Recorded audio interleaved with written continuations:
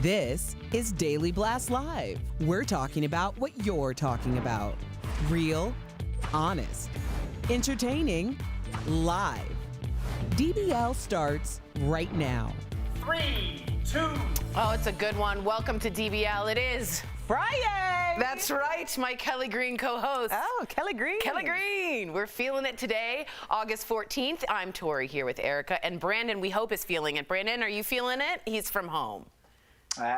Absolutely, Tori. And I knew you were going to say something about fashion today, and I tried to whip up a really nice pocket square, but it was an epic fail. So this is basic, but I'm glad to be on the show with you two today. Basic is good. I think basic is good. Yeah, it's like keep it simple. Totally. Completely agree. That's the name of the game. You. Simple today.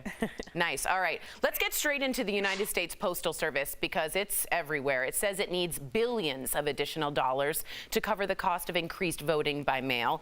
But the president admitted he doesn't support the funding because he wants to restrict how many Americans can vote by mail by making it harder to process the expected surge. Now, the Postal Service has seen some major changes recently due to a new postmaster general. He's cut all overtime.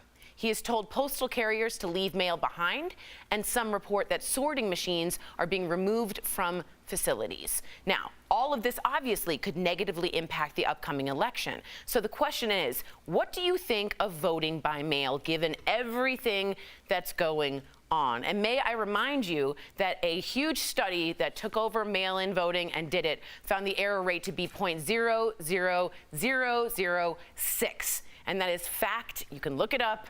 But we are going to see problems in this election. Why not support the funding, Erica? Well, I think it's pretty self-serving for this administration because clearly it's voter suppression.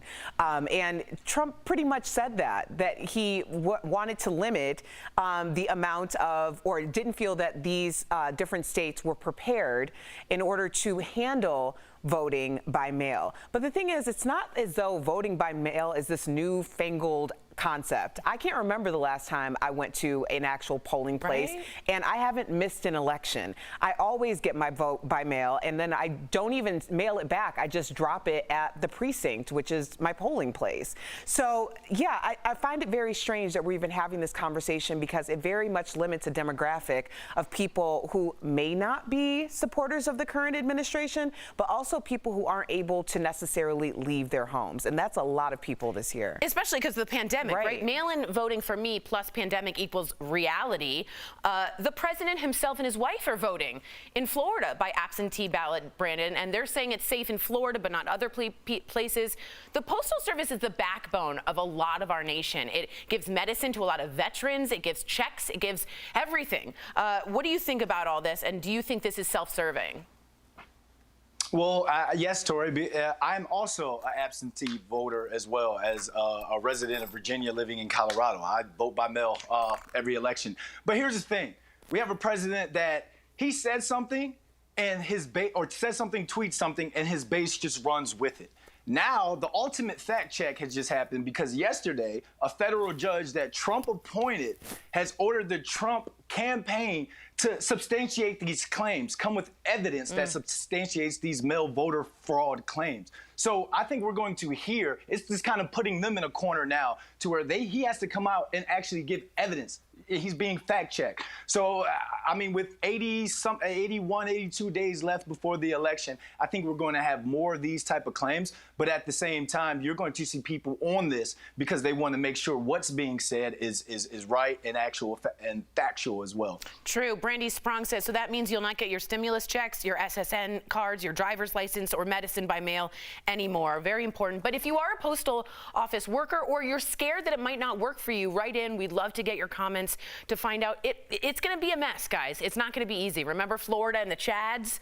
I predict messy. That's what I worry about. Well, meanwhile, the president and his opponent, Joe Biden, they don't see eye to eye on requiring everyone to wear a face mask. So Biden says clearly everyone should wear them in public for the next 3 months. He called on governors to mandate them, but the president says that's an attack on Americans' freedoms. Experts estimate that as many as 40,000 lives could be saved if everyone wore face masks.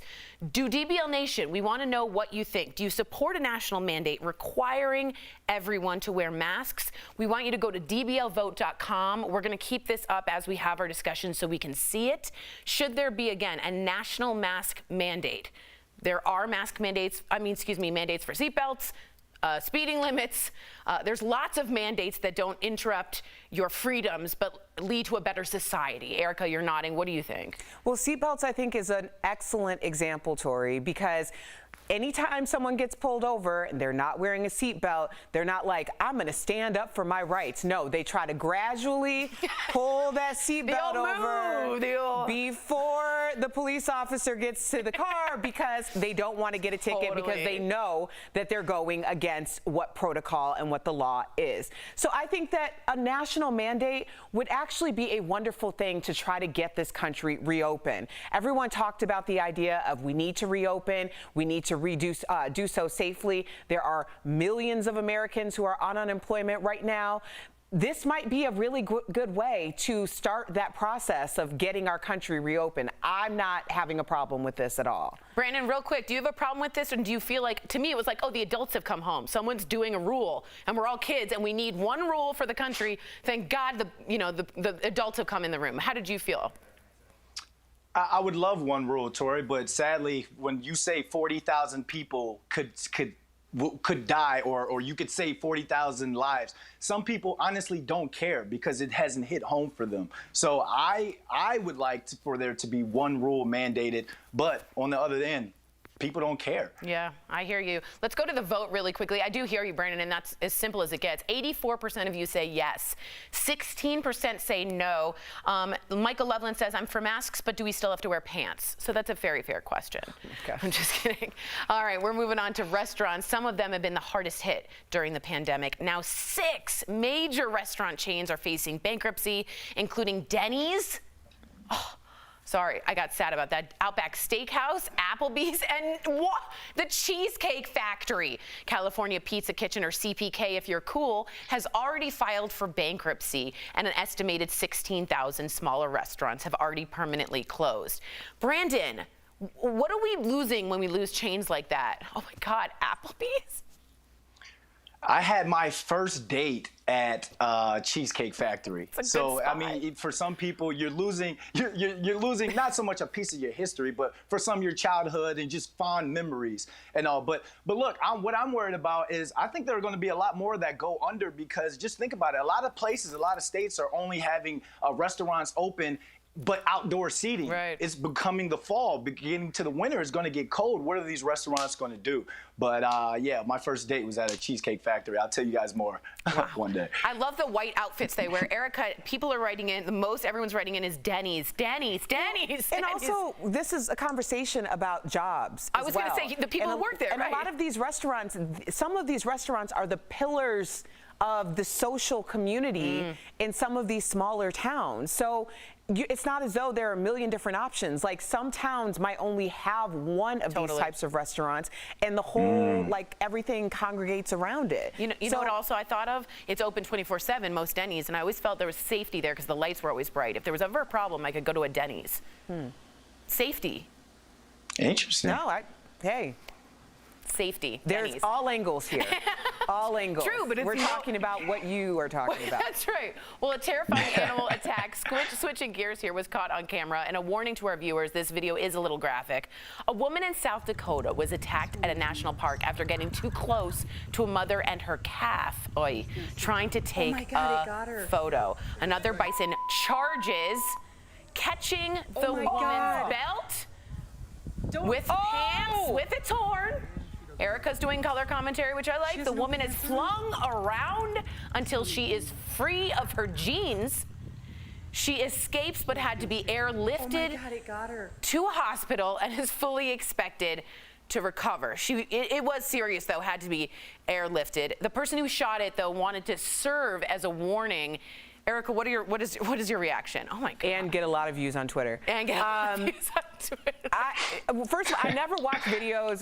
When we're talking about videos, I never watch them because I need to have a natural reaction. That is crazy as hell. What are people thinking? Honestly, that is a wild animal. Doing? Like, y'all get way too friendly with wild animals. You act like you really know what it's gonna do. Like, it wants to. Yes. Give me to the count of 3. I'll say cheese. Right. What in the hell are you thinking? It's a mother with a calf, Brandon. It's a mama. It's protecting its son. Look, revenge of the bison. Look, this is what she kind of asked for it. I'm sorry. I'm glad she's okay, praying for her, but you kind of asked for it in a way. You know? I totally feel you on this one. Let us know what you guys think. Brandon said praying for her as if that was your prayer. That was it. That's all I'm giving.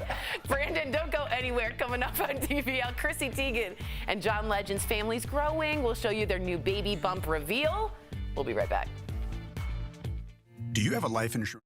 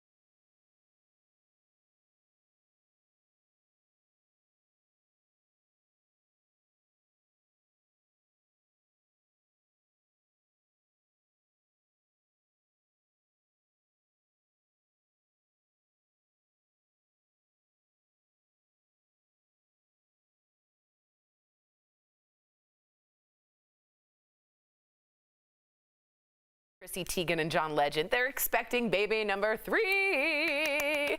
There's no one here. Chrissy hinted at the pregnancy at the end of John's new video for Wild. Take a look at this.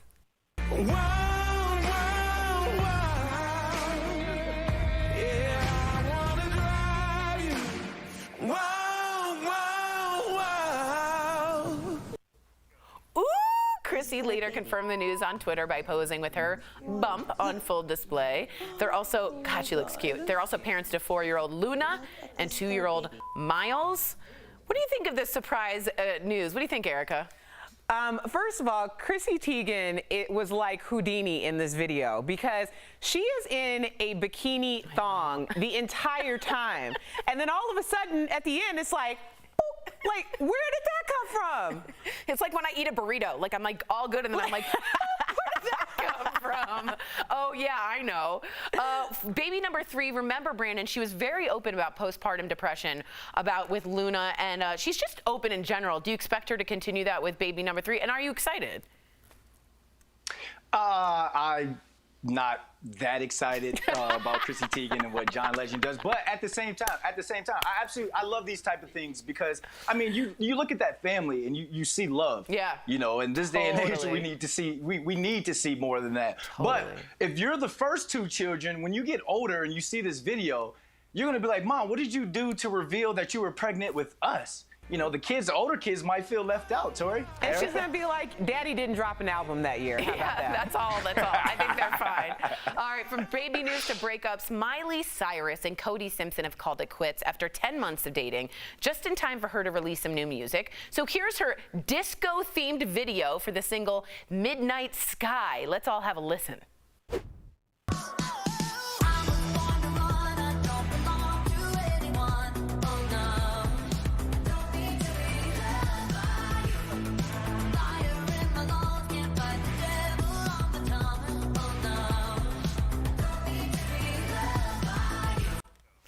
Hate it. What do you think, Erica? Good?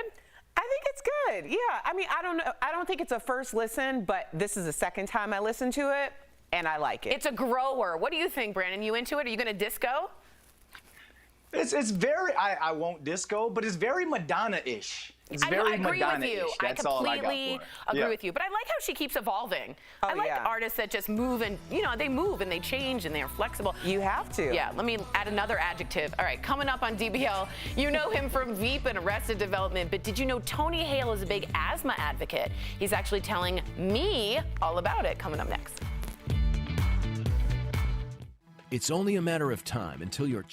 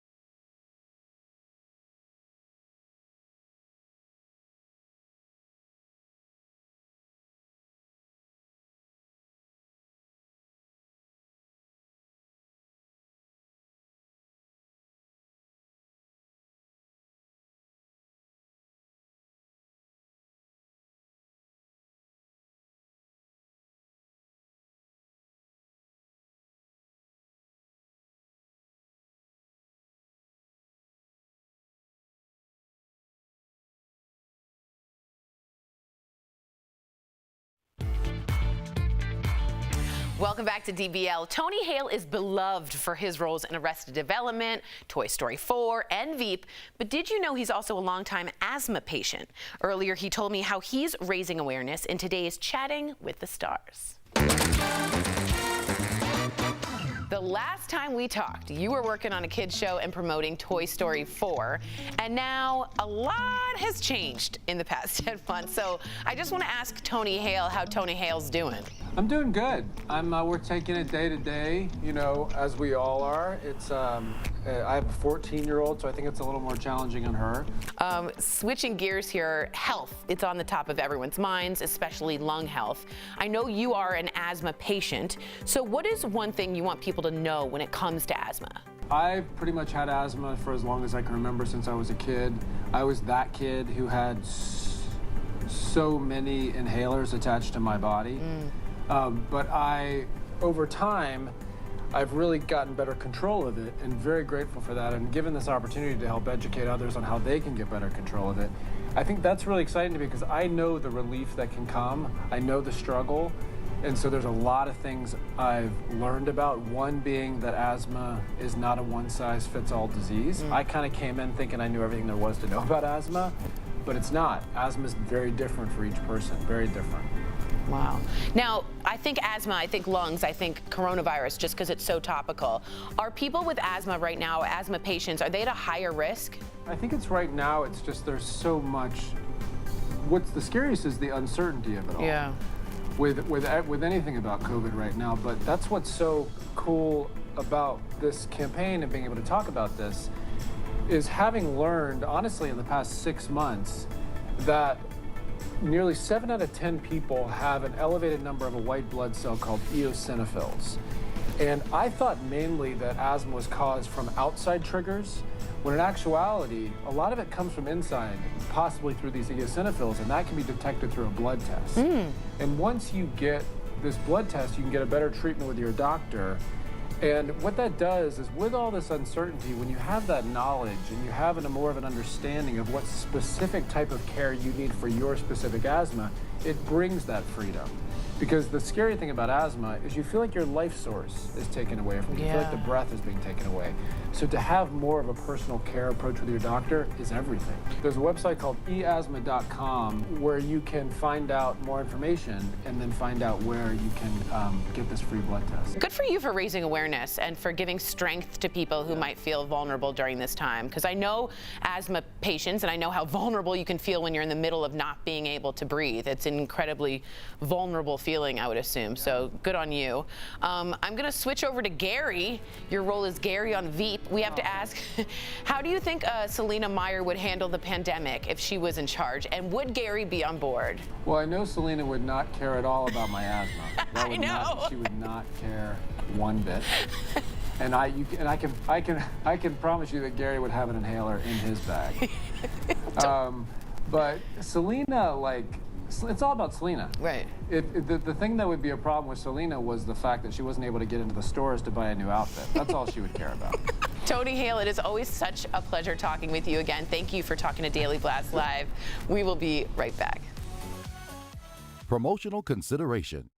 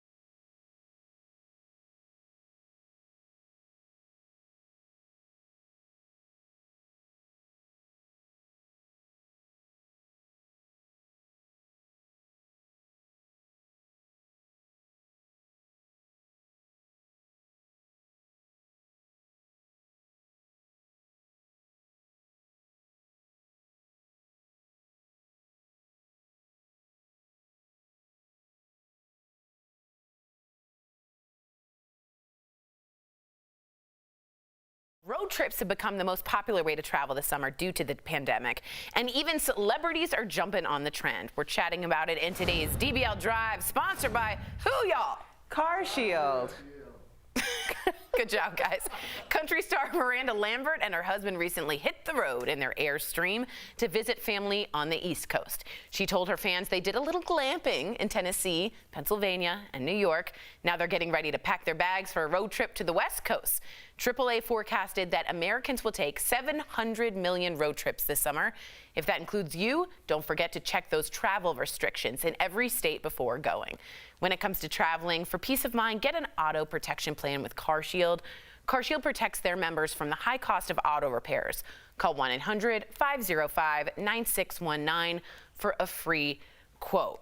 I do want to get to this comment because we got a lot of comments saying yes about the mandate, but I wanted to get Melissa Magoon-Pond, who wrote on Facebook, no, I don't wear seatbelts and I won't wear masks unless it's for my job. It should be my right on how I want to live my life. And a lot of people feel that way, that if it's a motorcycle or if it's just them, they don't need to wear a helmet if they don't want to, if it's not infringing on other people. And I wanted to just get your quick take on that. How do you feel about that? Well, if you're by yourself, no, you shouldn't have to wear a mask.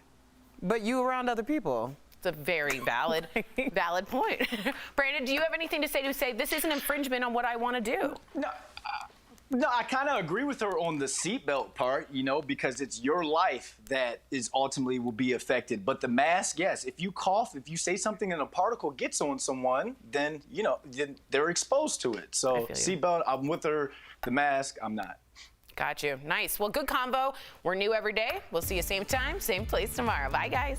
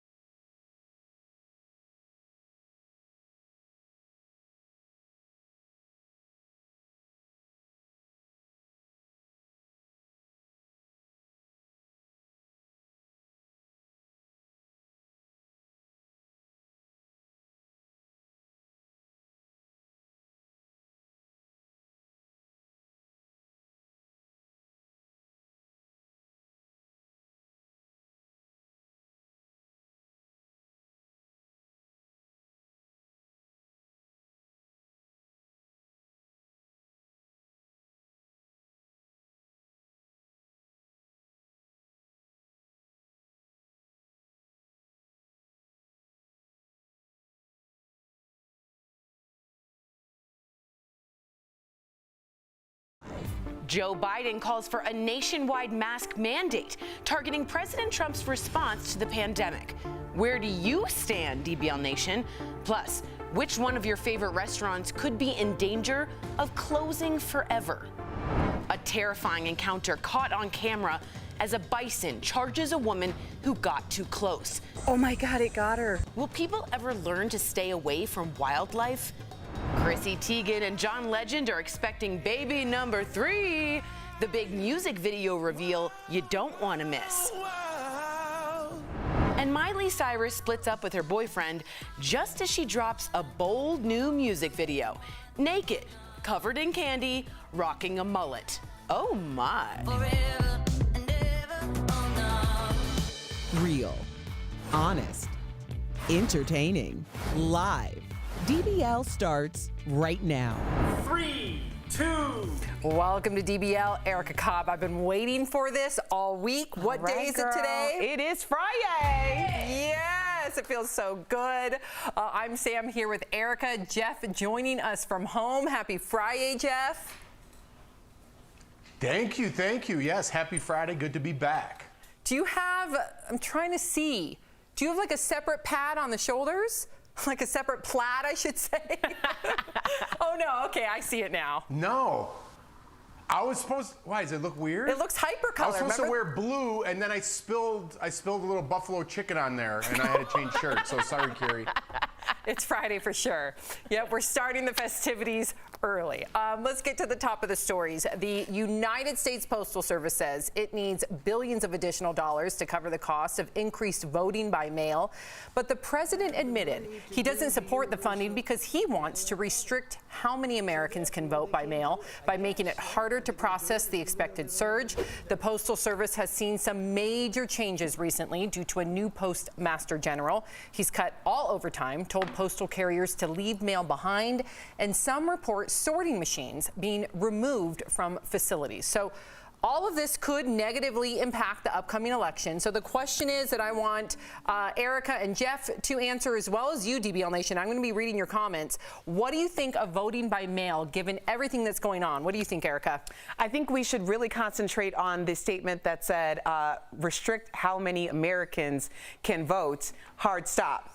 When you restrict how many Americans can vote, regardless of what follows up behind that, that is called voter suppression. So the idea that this isn't necessarily in this current administration's favor is very apparent by the need to or want to restrict how many Americans can vote by mail. I haven't been to a polling place in I don't know how long, and I have voted every single election. I have always voted by mail. I get my ballot and then I drop it in the box at the precinct.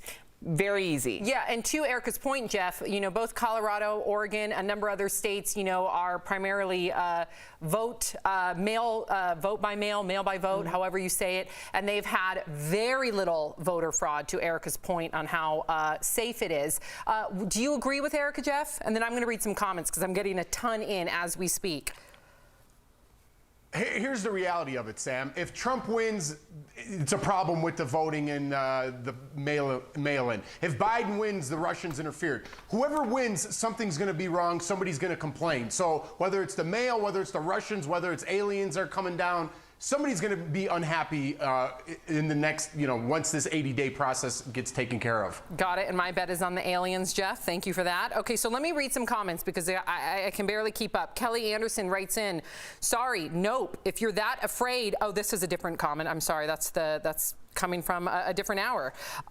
This one says right here, voter fraud is more likely by voting by mail. That's actually not true. There's statistics that prove that wrong. This coming in from Michael Loveland. Voting by mail is critical.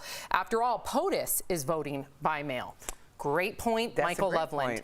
Meanwhile, the president and his opponent, Joe Biden, they don't see eye to eye on requiring everyone to wear face masks.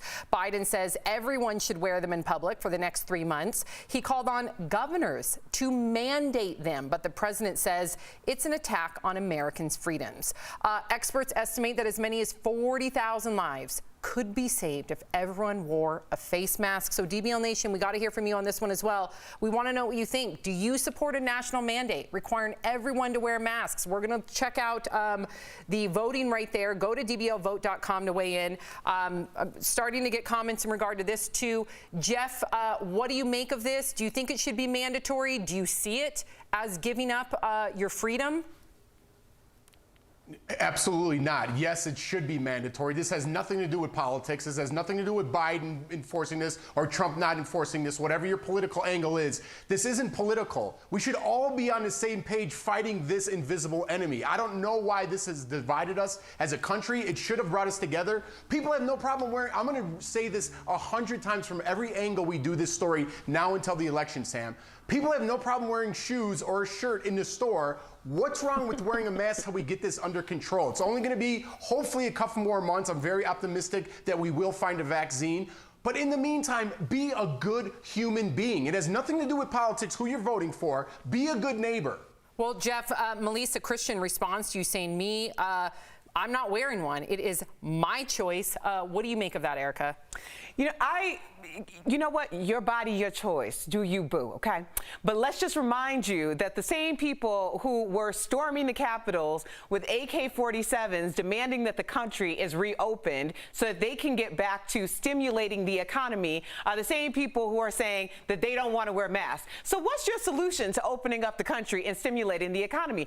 I'm just asking the question because clearly something's not working. Tens of millions of Americans are unemployed. People are facing eviction right now. This economy is crazy. Have you gone to your local restaurant? Could you get in? It's probably still closed. So if you have an issue with the country not being open, then what is the worst thing that could happen by putting on a freaking mask? Ooh, the viewers say 78% of you say yes, there should be a national mandate. I'm going to leave it with Kelly Anderson, who says, nope, it's about social compliance and total control. All right.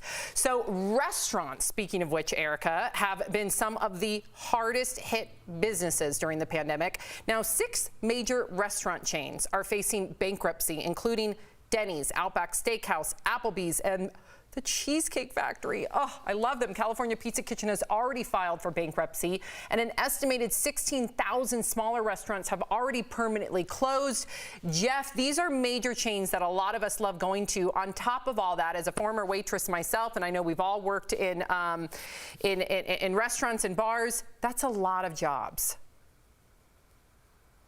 That's the first thing I thought about, Sam, is the jobs, the wait staff. Exactly what I was thinking. We're on the same page since I got back, Sam. I know. I don't know what's going on. I know. But I'm sad. This is middle America. When I take road trips, I think of these restaurants. This is like my childhood. This is like feel-good food.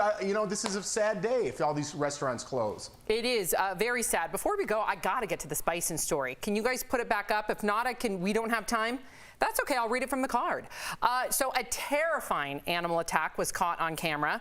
And a warning to our viewers, okay, this video is a little graphic. A woman in South Dakota was attacked at a state park after getting too close to a mother and her calf. Trying to take a photo of them, another bison charges, you're about to see. Oh my God, it got her. Yep, whoa. And what happened is the bison flung her. Oh my God. Whoa. Oh my gosh, that's the first time I actually saw that happen.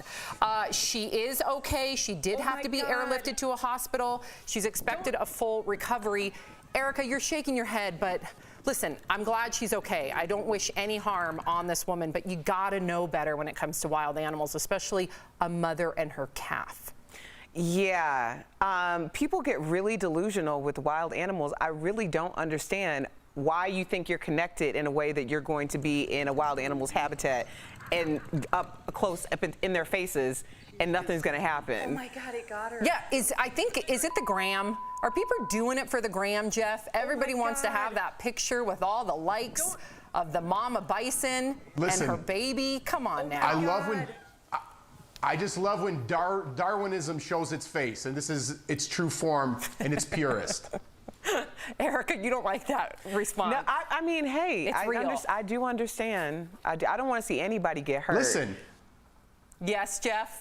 Listen, there's a food chain, and if you don't want to listen to not going near wild animals, you're at the bottom of it. He says it like it is, folks. Yeah. He certainly does. Jeff, we'll see you later coming up on DBL. It is Fact or Fiction Friday with our medical expert, Dr. Payal Kohli. She is clearing up more coronavirus confusion. Then I catch up with Real Housewives of Potomac star Monique Samuels. let me tell you guys, she's spilling all the tea on the hot gossip. And if you know DBL, you know we are committed to health and safety. That's why most of our employees are working from home during the pandemic. We miss you all. You're doing a great job. We'll be right back. Do you have a life insurance policy?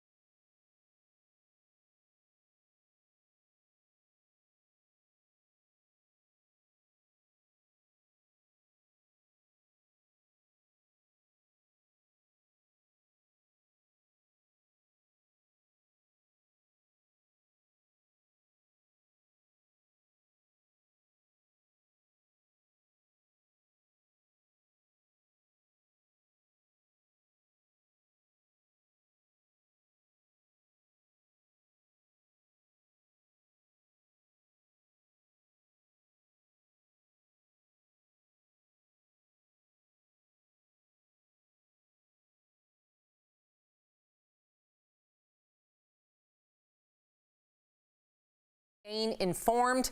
Unfortunately, there is a lot of misinformation out there these days, and knowing what's wrong or right can be tricky. That's why we bring in Dr. Payal Kohli. Welcome, Doc. Happy Friday. Hey guys, happy Friday. Yep, it's Fact or Fiction Friday, I should say. So Doc, help us out by saying if these popular beliefs about COVID-19 are either fact or fiction. So scientists are considering creating a diluted version of the coronavirus to inject into people. Is this fact or fiction? This is actually fact. It's a good one. So just this morning, Dr. Fauci announced that this is something called Plan D, which is where they're considering potentially creating this diluted live version of the coronavirus vaccine to expose people to in order to expedite vaccine research. So we haven't decided on this yet, but it is potentially something that's coming down the pipeline. So not just a scary sci-fi horror movie type fact, but a real thing. Okay. So, Doc, once a vaccine is found, then our lives can completely go back to normal again. Is that fact or fiction? Please say fact. Oh, I wish I could, but it's fiction. So this is a really good one because it helps us set our expectations appropriately. So some experts are saying that even after the vaccine comes, there may be many reasons why we may have to continue to wear masks and socially distance for up to 3 years.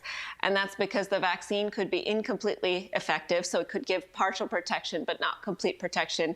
It could be because the immunity can wane over time, and it'll take us quite a while to distribute and administer that vaccine all over the globe. So we should just remember we're running a marathon, you know, not a sprint here, and we got a ways to go on this masks and social distancing. Oh, this is so frustrating and angering. I know. Yep. Okay. So vaping in adolescents, it increases risk of catching coronavirus by 5 to 7 times. Is that fact or fiction? This is a fact. I was shocked to see the study out of Stanford Medical School. So if you've ever vaped, you have a 5 times higher risk of catching COVID. And if you vaped and used tobacco products in the last 30 days, you have a 7 times higher risk of catching COVID. And not only do you have a higher risk of catching it, you have a 5 times higher risk of having symptoms from COVID. So you have a worse version of the disease. So quite a sobering reminder, because there's so many people out there that think vaping is innocuous. Good to know. Well, masks made of any materials are better than no mask at all. Is this fact or fiction, Doc?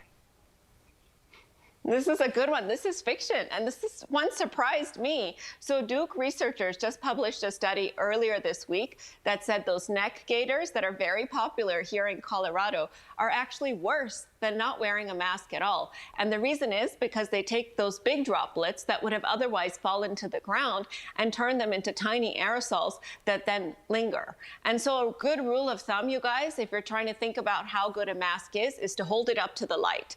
And if you can see through the mask, it's probably not effective. And blow through it, and if you can feel the air on the other side, it's probably not effective. I love that test. Everybody can perform that test at home. That's great. Great advice as always, Dr. Coley. Thank you also for clarifying. Like Clorox bleach, right? Clarifying. That's what's on all of our minds nowadays. Masks, Clorox bleach, and hand sanitizer. You will be back next week. I hope you have a great weekend, and hopefully you get some time off. DBL Nation, if you have a question about coronavirus that you want answered by Dr. Coley, write us on social media. You can also email info@dailyblastlive.com. We'll be right back.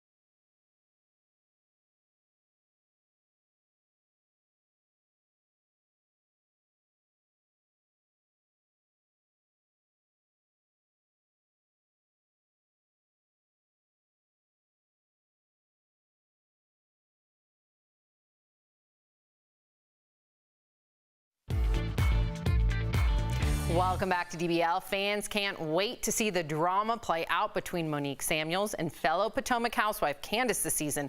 But earlier, I got Monique to share some of that tea in today's Chatting with the Stars.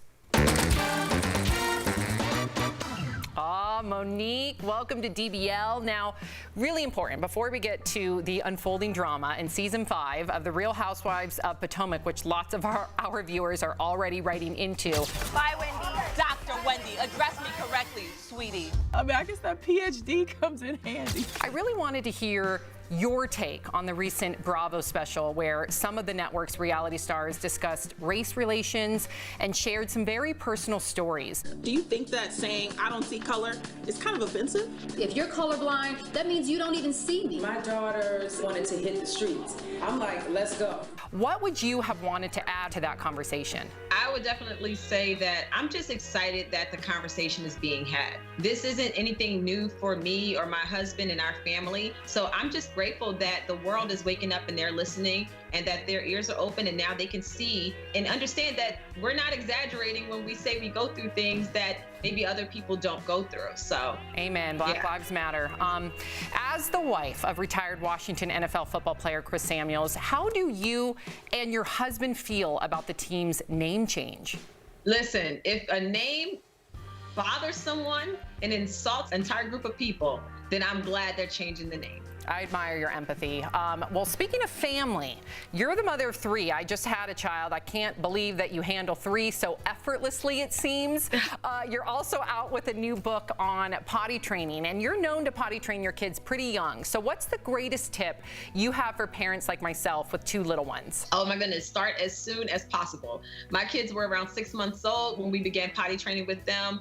They were sitting up. As soon as they are able to sit up, put them on the potty. They'll never go through that moment of having fear of what the potty's for, and they'll know instinctively, whenever I sit here, I'm here to handle business, and then I'm getting up, and then I move on with my day. Oh my gosh, I'm just in awe of this. So I have a 5-month-old right now.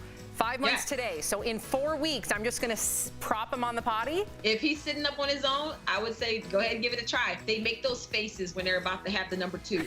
And once they actually go there, go crazy. Okay. And something clicks. They don't want to sit and mess. You will be amazed. Okay. Oh, yeah. Maybe I'll give you a little update in a month.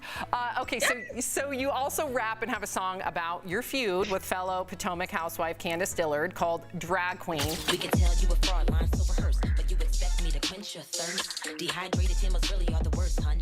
Not the last, but will always be the first, hun. So I got to be honest, it looks like things are about to get physical between the 2 of you this season. You even filed charges against each other. Have they been dropped? And could you ever be friends with Candace? They have been dropped. Yes, things are going to get physical. Can we ever be friends again? Absolutely not. Even after the fight, I've been very quiet, and she's been the exact opposite. It's not even a point of repair for a friendship because it pretty much seems like the friendship never existed. The reason for me writing my song was so that I can get all of my thoughts out, de-stress myself, and then walk away and move forward. And that's exactly what my song did for me. Good for you. You heard it from her, and art imitates life, clearly. Thank you so much for joining us, Monique. Catch Monique on The Real Housewives of Potomac, Sunday nights on Bravo. And of course, really important, Monique's new book, Mommy and Daddy, a guide for introducing infant potty training as early as 6 months, is available now on Amazon and notforlazymoms.com. Thank you, Monique. We'll be right back. Thank you. Promotional consideration is brought to you by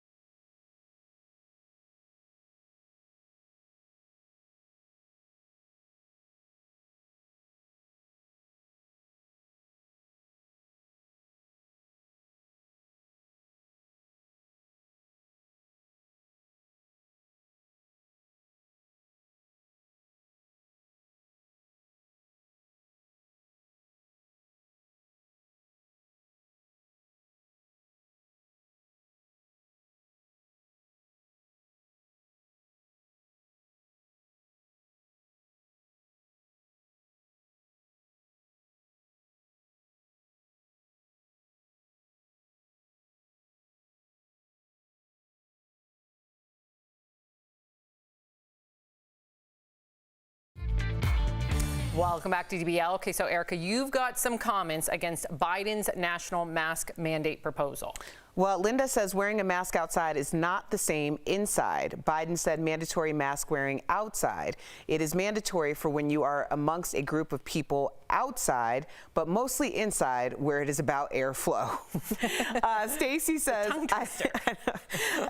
says, I don't want the police chasing down people who won't wear a mask. With all the horrors going on, the police department has a lot more important things to do. Yeah, I mean, I just keep looking at the statistics, and I know that many states are now coming out with their headlines saying it's the leading cause of death in their city, more so than other diseases, more so than gun violence. So that alarms me. So I definitely think we all need to take this very seriously because it could be you or your loved one.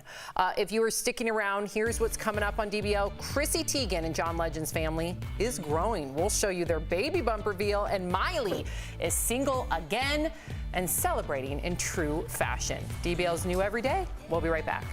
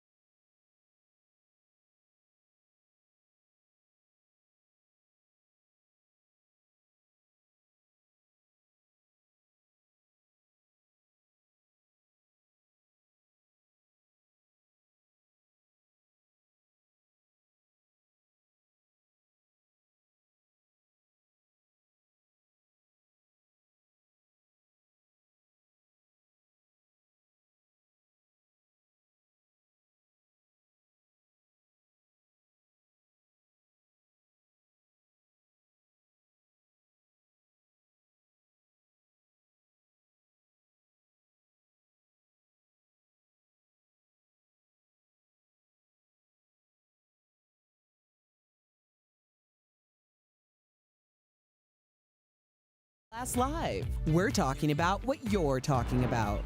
Real, honest, entertaining, live. DBL starts right now. 3, 2. Thank you, Chris. Welcome to DBL. I'm Sam here with Erica. Jeff joining us from home. All right, so we got some big news for you all. Chrissy Teigen and John Legend, they are expecting baby number 3. Chrissy hinted at the pregnancy at the end of John's new video for Wild. Watch.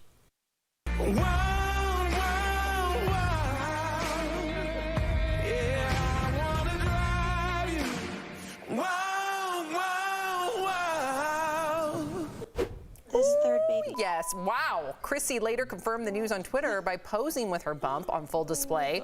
They're also parents to 4-year-old Luna and 2-year-old Miles. She has a Miles too. I didn't even know that or put 2 and 2 together.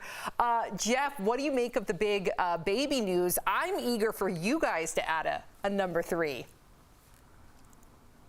Ooh, I don't know if that's happening anytime soon, but I'm happy for John Legend and Chrissy Teigen, especially happy for Chrissy Teigen because now she really has something to post about. Usually she posts about nonsense nobody cares about, but we talk about her all the time on the show. She's got a reason this time. Ooh, Erica's face. Excuse you, Jeffrey. She has plenty of things to talk about and lots of followers who like to engage in the conversation in which she is orchestrating. What I really want to know, the true mystery was, now you got to watch this video. She is in a bikini thong and looking very svelte. Like very fit. She is snatched in that bikini. Yes. And then all of a sudden, out of nowhere, at the end of the video, it's like. But it does just pop, Erica. Let me tell you, girl, it pops. It's, on demand? Erica Cobb, it feels like it pops like within a nanosecond. Like you're like, where's my baby bump? And then all of a sudden, you look in the mirror, and it's out. It pops. I want to know how it happened at the end of the video, because did they came back to it? Oh yes, they had multiple shoots for this. They wanted to nail it, right, Jeff? Didn't you guys do a really creative, not the one that we did here with Leighton, but a really creative reveal for Jordan being pregnant with Lawson? We did one like where my hands were on her stomach, and then the first day and then the second day we took it off and it was blue, or pink. So that's what we did. Cute. Yeah. I can't wait to find out what you're going to do for baby number 3. Not me. I two and done. Cry. Okay, I'm going to have blue tears or pink tears. Yes, lots of tears. From baby news to breakups, Miley, Cyrus, and Cody Simpson, well, they've called it quits after 10 months of dating, just in time for her to release some new music. Here's her new disco-themed video for the single Midnight Sky. Have a look.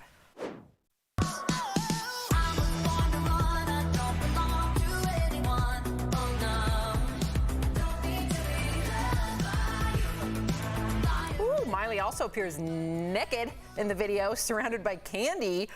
Jeff, what do you make of her new song and her crazy year? Listen, I think people relate to this. In life, you go through your ups and downs, you have breakups, you have heartbreaks. That's life, and I think a lot of creative people like Miley Cyrus use this to influence their music, and then people in turn relate to it. So I think she's doing what she needs to do. And I dig the mullet. I dig it. I like the reinvention like Madonna, but that mullet is cute, cute, cute.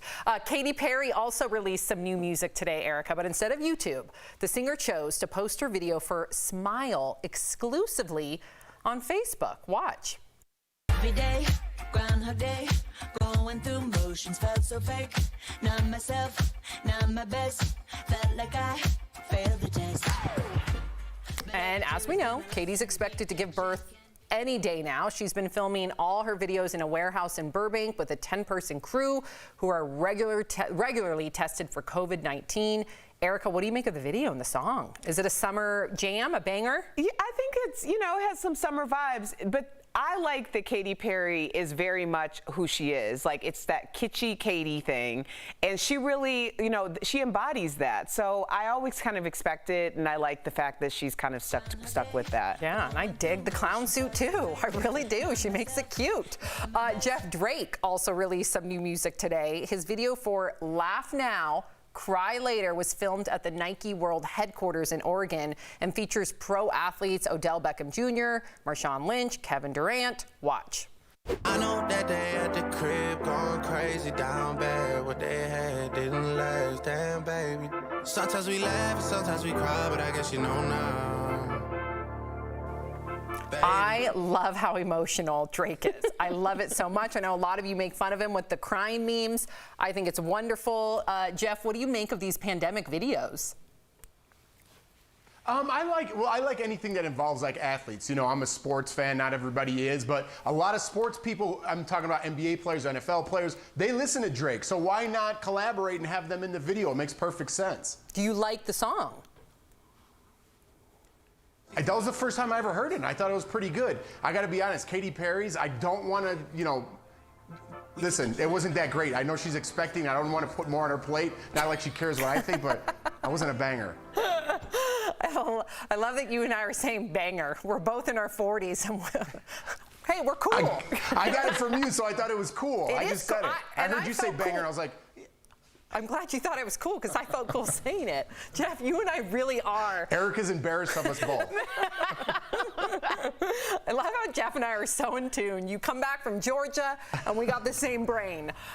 Dolly Parton isn't known for being political, but the country singer recently voiced her support for the Black Lives Matter movement during an interview with Billboard magazine. Watch. But I do understand people having to make themselves known and felt and seen. And of course, Black Lives Matter. Do we think our little white are the only ones that matter? No, everybody matters. Erica, what do you think of Dolly lending her support to BLM? Well, hello, Dolly. Okay? I see you. You see me? That's how I'm feeling about a lot of people lately. I walk down my neighborhood.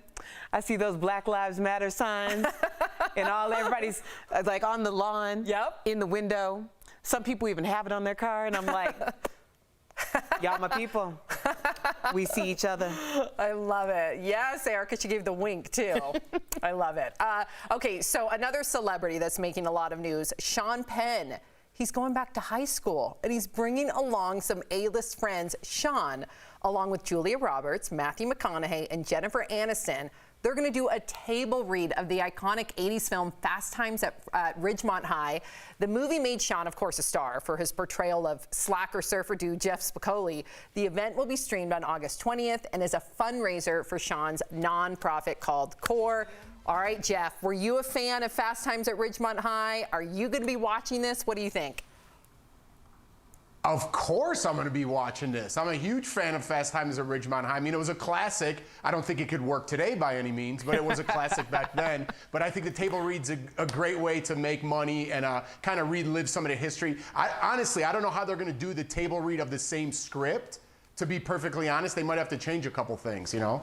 And that's such a good point. Earlier, I thought it was a really great idea, but I remember it being on, like, randomly on television, and my husband walked by and was like, did that just happen? Like, that was way before Me Too, Time's Up, any of that stuff. They're going to have to call out those moments. If they don't change the script, they're going to have to address the elephant in the room, and I'm sure they will. They're all very woke people, and in fact, Sean Penn, his charity that the money goes to, let me tell you, this guy doesn't talk a lot, he walks a lot. He did all of his efforts in Iraq, to Katrina, to most recently with COVID. This guy is the real deal when it comes to philanthropists. Okay, so speaking of reboots, you may have noticed many of your favorite TV shows and movies from the 80s and 90s, they are coming back. Well, some suggest that we're taking solace in old movies and TV shows to escape the craziness of our current times. For example, a new Dirty Dancing film is in the works with Jennifer Grey on board to star in EP. Abby Jacobson from Broad City is also bringing the 90s film A League of Their Own back to TV. And Tony Danza and Alyssa Milano are going to star in a reboot of the 80s sitcom Who's the Boss? Okay, Jeff, I know how Erica feels about reboots, and we're going to save Erica's opinion till the end. Jeff, do you like this resurgence of reboots, or you're not having it? I'm kind of over it, to be honest with you. I kind of get the business behind it if you want to look at it from there. Obviously, it's making money, otherwise they wouldn't keep doing it. I think a lot of people who watch TV are the ones who grew up with these shows, so they want to tune back in to see their old favorite shows, maybe relive some past memories they had. I think the younger generation is watching streaming services like Netflix, Hulu, even YouTube, you know? So I don't think they're tuned in either way. So I think they're just trying to appeal to people that still watch television. Erica? You know, generally, I am against reboots, and, well, first of all, Alyssa Milano started following me on Instagram. I know! What? So, I know, right? Erica. I was like, oh, wow. So that's going to change your opinion, Miss Erica Cobb. So now you're all about the Who's the Boss reboot? Well, actually, I would have been about the Who's the Boss reboot anyway, because I've always been Hold Me Closer, Tony Danza, okay? Honestly. But, you know, I think it's an interesting concept to bring it to today's standards. And, hey, Alyssa, how you doing, girl? I think Erica's a little biased, Jeff, because she has a new BFF in one of the stars of these reboots. I will say I'm a big reboot person. I know that makes me sound uncreative and unoriginal, but I do get a lot of nostalgia when I watch some of my favorite movies. I just hope, or favorite TV shows. I hope they do it right. Stand By Me could never be rebooted, though. I won't allow that one. What reboot are you excited about, Sam? What reboot out there are you pumped about? I can't wait for... why did it just escape me? Hello, Mario Lopez. Exactly. Hello. Exactly. I'm so excited for Saved by the Bell. So excited for Who's the Boss. There's a couple things that you can't touch. You can't touch Princess Bride. You can't touch why am I so stuck on some of these? Or like, MC Hammer. MC Hammer? You can't touch this. Gotcha, Jeff. Gotcha. I don't know what's wrong with me. Here I are the can't rails talk today. and just Yeah, I know. Stand By Me is what I was trying to say. You can't touch Stand By Me either. There's some that just can't be touched, but I do want to watch Who's by the Boss, and it's not because Alyssa Milano followed me, because she didn't. Jeff, stick around. Coming up on DBL, Saturday Night Live alum Bobby Moynihan is keeping busy during the pandemic, and he tells Brandon all about it next. Don't go away.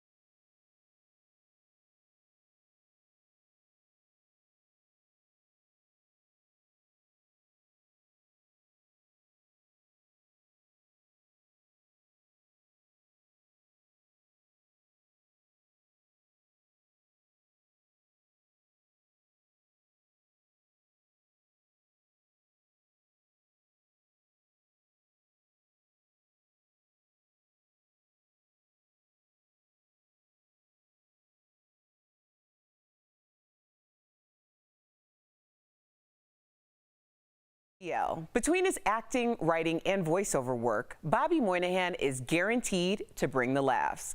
Now, Brandon spoke with him earlier in today's second Chatting with the Stars. Bobby Moynihan, thanks for joining DBL. Here with some ideas on what to serve at your Super Bowl party is the Food Network's Guy Fieri. All right, Jeff, so what do you think happened out there? I did bad.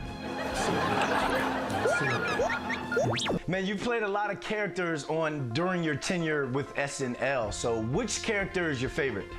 Gosh, they were all super fun. I mean, Drunk Uncle was always a blast.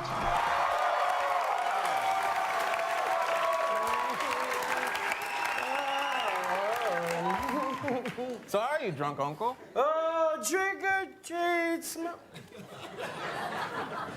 So probably him. You've joined former SNL alum Tina Fey in The Unbreakable Kimmy Schmidt, and you play a hilarious male activist. So what's that like, playing a male activist during the Me Too era?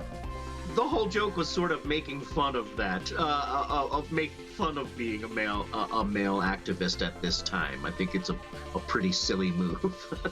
So what's your favorite animated character that you voiced over, and what's the hardest character that you've had to lend your voice to?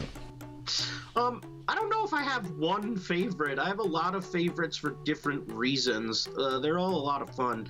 But the hardest one, probably Nature Cat. I'm on a show called Nature Cat on PBS, but I wouldn't. It's just a lot of energy. I play a Hale, a dog who is very, very high energy. It's Earth. Whoa! I live there. So that's just hard, meaning I have to exert effort, which really isn't that hard. So none of them are hard. Well, in your new digital series, Lofi, you and the cast, is this script all improvised? Mostly improvised, yeah. We definitely had like a loose baseline of what was going to happen in the episodes, and then we would sort of improvise around it. Good afternoon, friends. Let the escapism begin! Can you give our viewers, kind of give us a background on what's Lofi all about? Lofi is a manatee, and he also is a single father, and he lives at the Center Park Zoo, which is a small, tiny, little, dirty zoo directly next door to the Central Park Zoo, which gets a lot more love. Are there any other animated characters like Cartman or Homer that made the character like Lofi possible? Sure. I mean, of course, it is a bit of a play on that, King of Queens kind of schlubby dad just trying to make it in life. It definitely has a bit of that. Honeymooners, sure. Hey, Bobby Moynihan, I got to thank you for coming by. And you all can catch Lofi streaming on Comedy Central digital and social platforms. DBL will be right back. Hi, I'm Lori Grenier.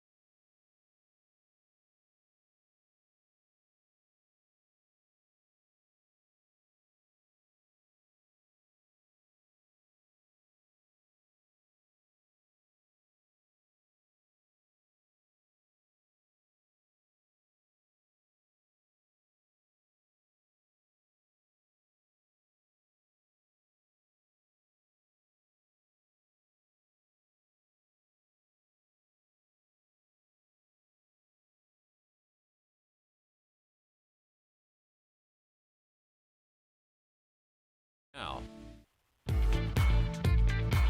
Welcome back to DBL. So road trips have become the most popular way to travel this summer due to the pandemic, of course. And even celebs are jumping on the trend. We're chatting about it in today's DBL Drive, sponsored by CarShield. Country star Miranda Lambert and her husband recently hit the road in their Airstream to visit family on the East Coast. She told her fans they did a little glamping in Tennessee, Pennsylvania, and New York. Now they're getting ready to pack their bags for a road trip to the West Coast. So AAA forecasted that Americans will take 700 million road trips this summer. And that includes you, of course. So don't forget to check travel restrictions in every state before you go. So when it comes to traveling, for peace of mind, get an auto protection plan with CarShield. CarShield does protect their members from the high cost of auto repairs. Call 1-800-505-9619 for a free quote. Any fun road trip plans this summer, Erica? I'm hoping we can go and see our parents sometime this lifetime. So yeah, we got to figure that out, because either way it'd be like a 2-day road trip both ways. And Jeff, would you ever pile the whole family into an RV? I definitely would. I'm actually looking forward to it. I love a good road trip. My wife just got home. Love, you down for a road trip? Yes. She's down. We're doing it. Jordan, as she pokes her little head. Yeah, we did a road trip from Los Angeles to Denver, if you remember. And it was 4 cats, a dog, and hi, Jordan. Jordan, come back here, Jordan.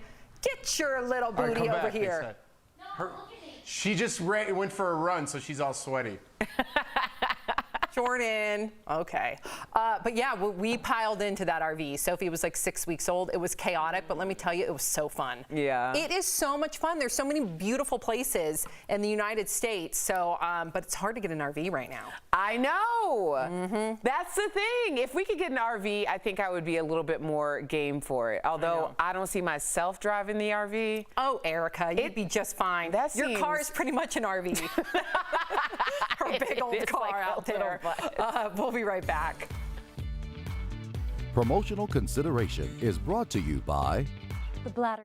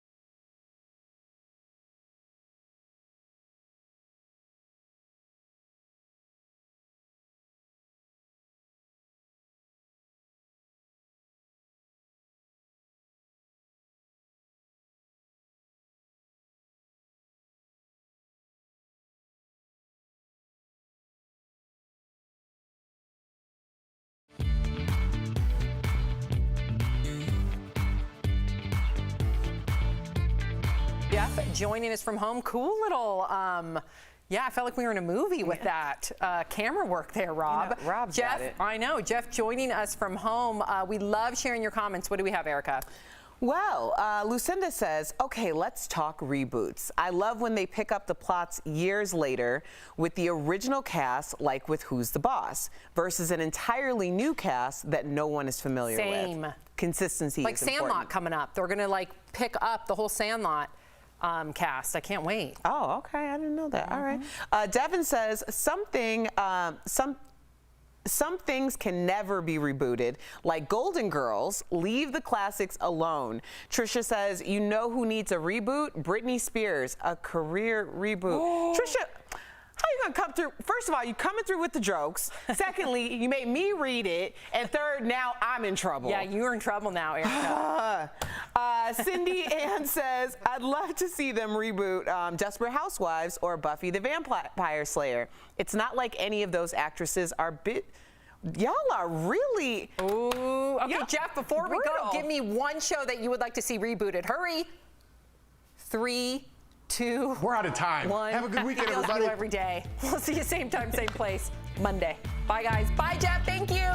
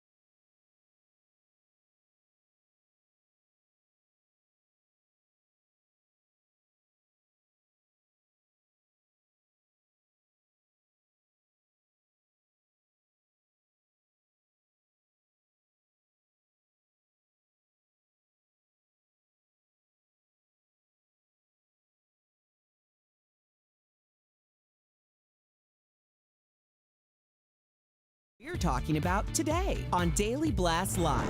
Joe Biden calls for a nationwide mask mandate, targeting President Trump's response to the pandemic. Where do you stand, DBL Nation? Plus, which one of your favorite restaurants could be in danger of closing forever?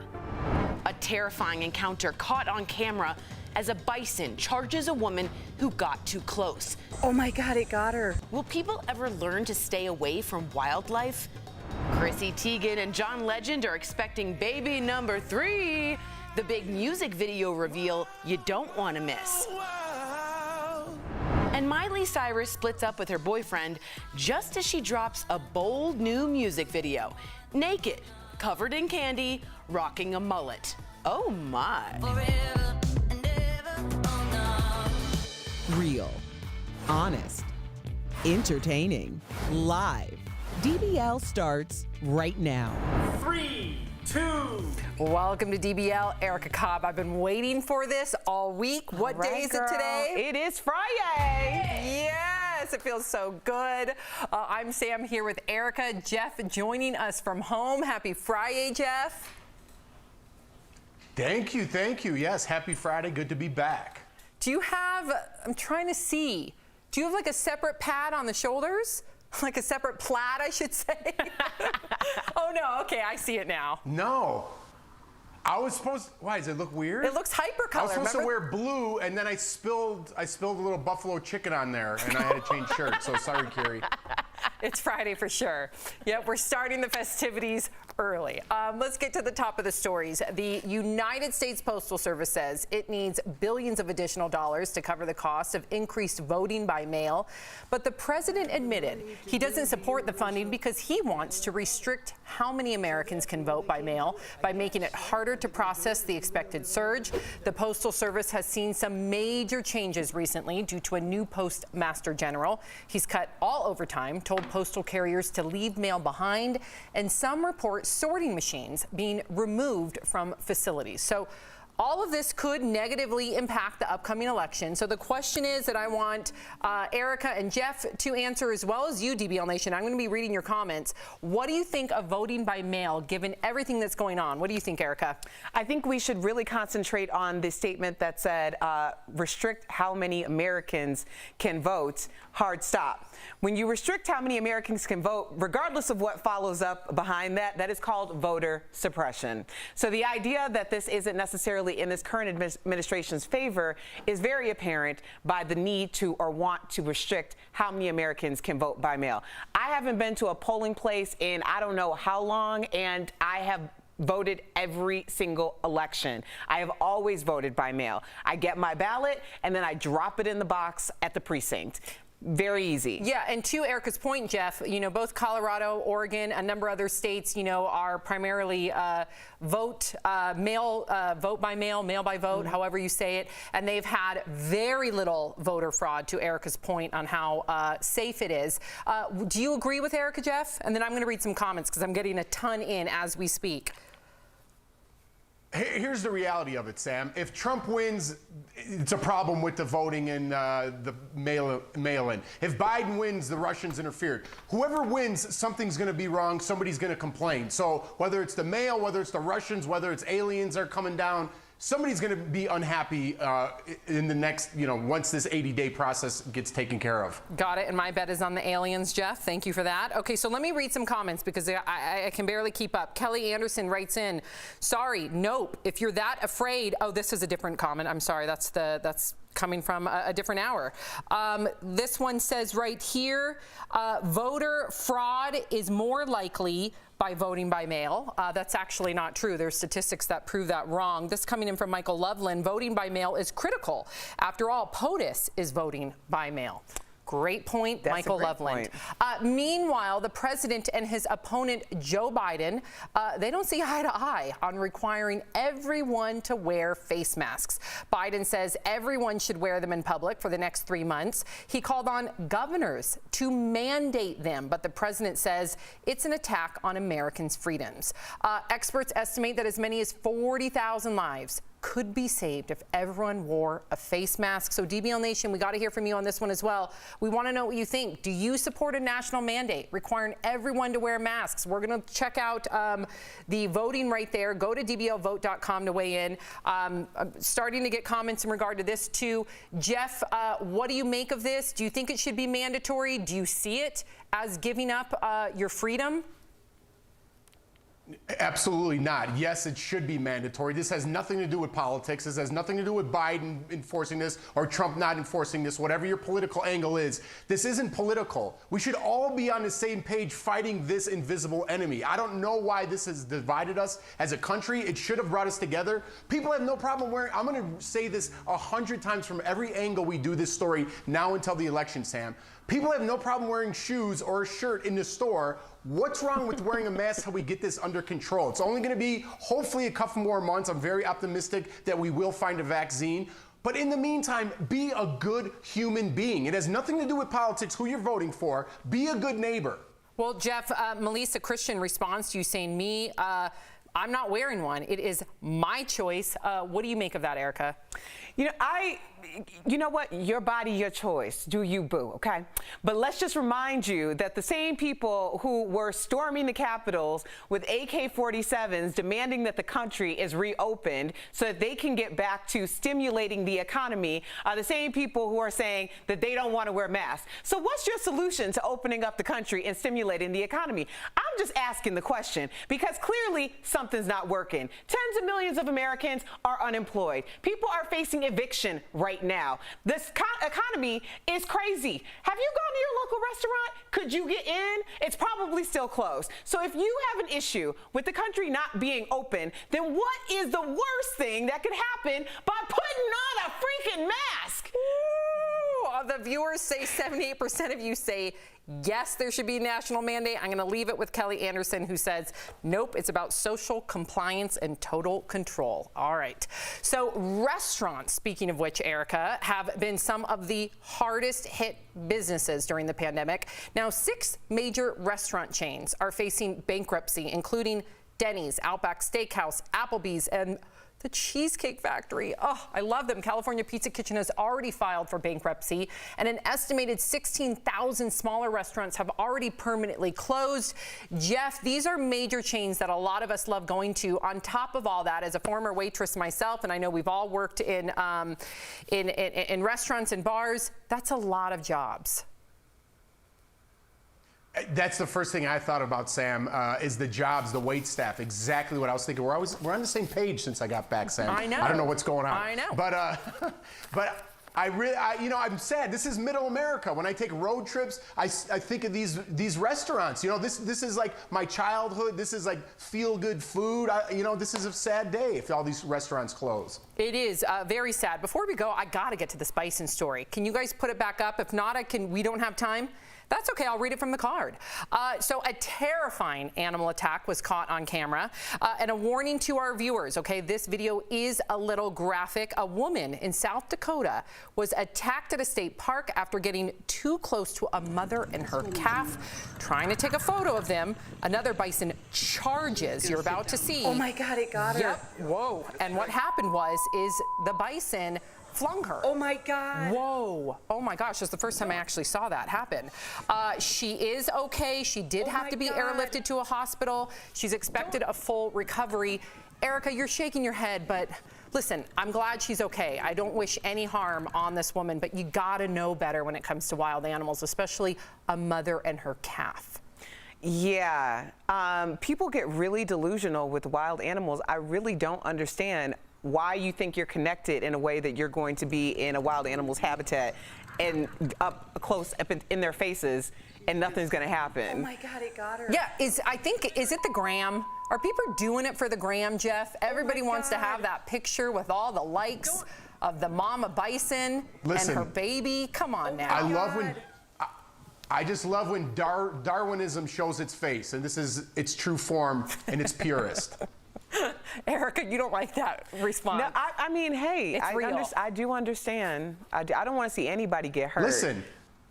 Yes, Jeff? Listen, there's a food chain, and if you don't want to listen to not going near wild animals, you're at the bottom of it. He says it like it is, folks. Yeah. He certainly does. Jeff, we'll see you later coming up on DBL. It is Fact or Fiction Friday with our medical expert, Dr. Payal Kohli. She is clearing up more coronavirus confusion. Then I catch up with Real Housewives of Potomac star Monique Samuels. Let me tell you guys, she's spilling all the tea on the hot gossip. And if you know DBL, you know we are committed to health and safety. That's why most of our employees are working from home during the pandemic. We miss you all. You're doing a great job. We'll be right back. Do you have a life insurance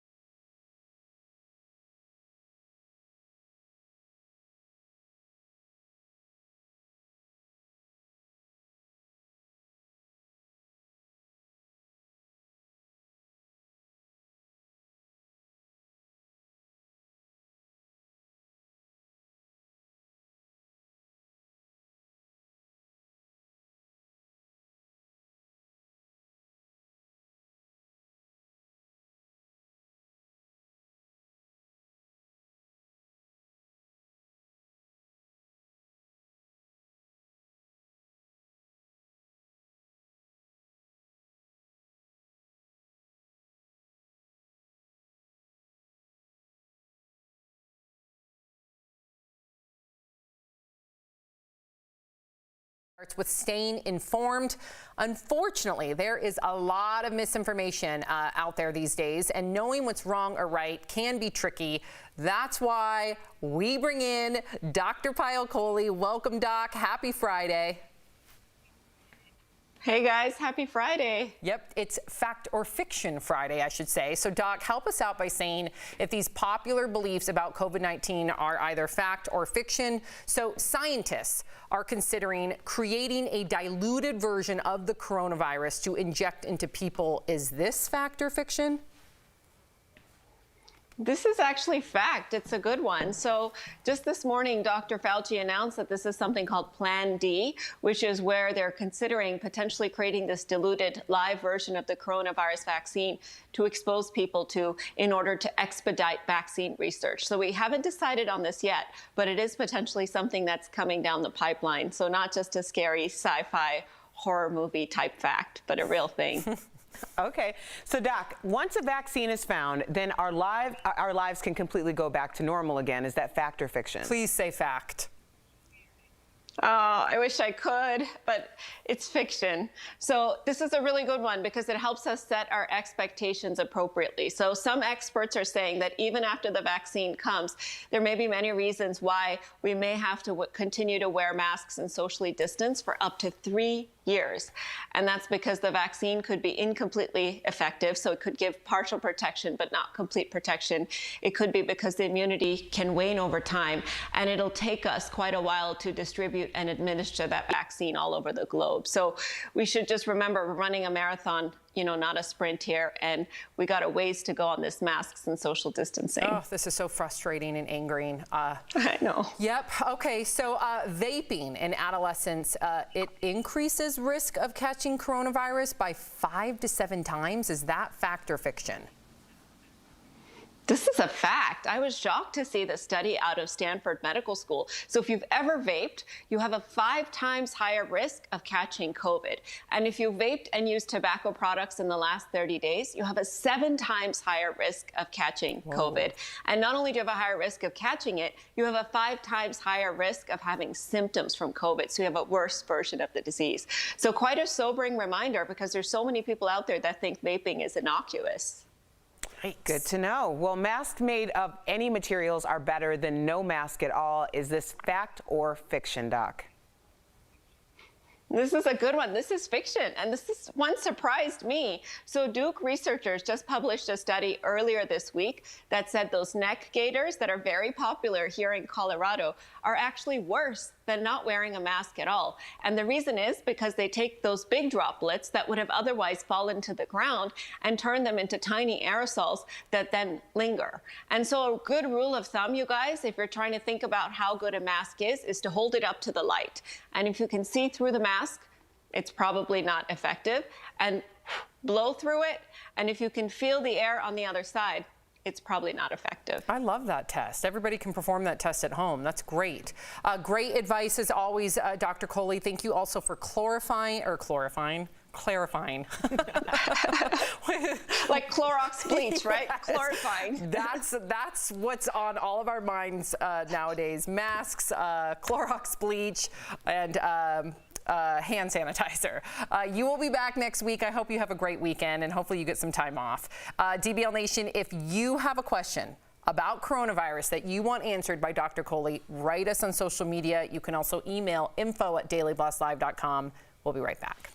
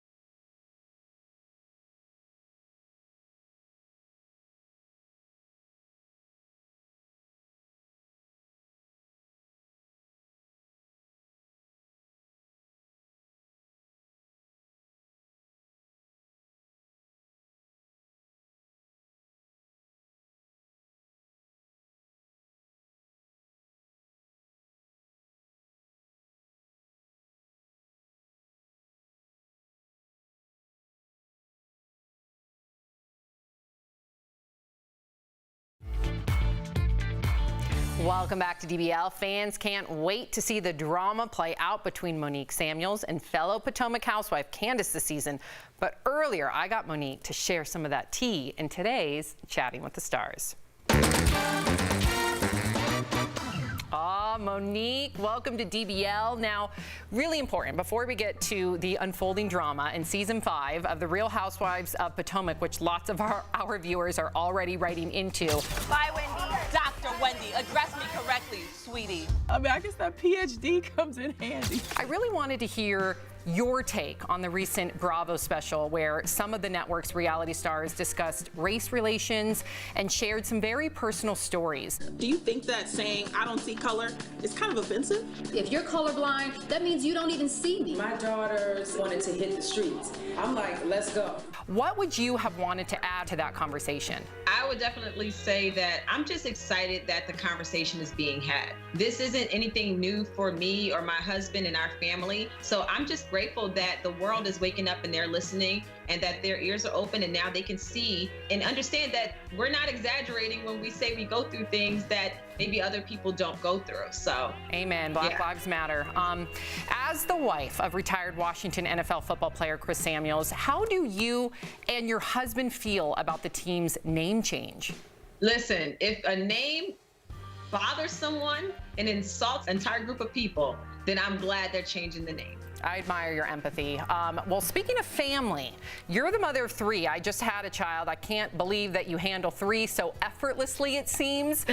You're also out with a new book on potty training, and you're known to potty train your kids pretty young. So what's the greatest tip you have for parents like myself with 2 little ones? Oh my goodness, start as soon as possible. My kids were around 6 months old when we began potty training with them. They were sitting up. As soon as they are able to sit up, put them on the potty. They'll never go through that moment of having fear of what the potty's for, and they'll know instinctively, whenever I sit here, I'm here to handle business, and then I'm getting up, and then I move on with my day. Oh my gosh, I'm just in awe of this. So I have a 5-month-old right now. 5 months today. So in 4 weeks, I'm just gonna prop him on the potty? If he's sitting up on his own, I would say go ahead and give it a try. They make those faces when they're about to have the number 2. And once they actually go there, go crazy. Okay. And something clicks. They don't want to sit and mess. You will be amazed. Okay. Oh yeah. Maybe I'll give you a little update in a month. Okay, so you also rap and have a song about your feud with fellow Potomac housewife Candace Dillard called Drag Queen. We can tell you a fraud line so rehearsed, but you expect me to quench your thirst. Dehydrated Timbers really are the worst, hun. Not the last, but will always be the first, hun. So I got to be honest, it looks like things are about to get physical between the 2 of you this season. You even filed charges against each other. Have they been dropped? And could you ever be friends with Candace? They have been dropped. Yes, things are going to get physical. Can we ever be friends again? Absolutely not. Even after the fight, I've been very quiet, and she's been the exact opposite. It's not even a point of repair for a friendship, because it pretty much seems like the friendship never existed. The reason for me writing my song was so that I can get all of my thoughts out, de-stress myself, and then walk away and move forward. And that's exactly what my song did for me. Good for you. You heard it from her, and art imitates life, clearly. Thank you so much for joining us, Monique. Catch Monique on The Real Housewives of Potomac Sunday nights on Bravo. And of course, really important, Monique's new book, Mommy and Daddy, a guide for introducing infant potty training as early as 6 months, is available now on Amazon and notforlazymoms.com. Thank you, Monique. We'll be right back. Thank you. Promotional consideration.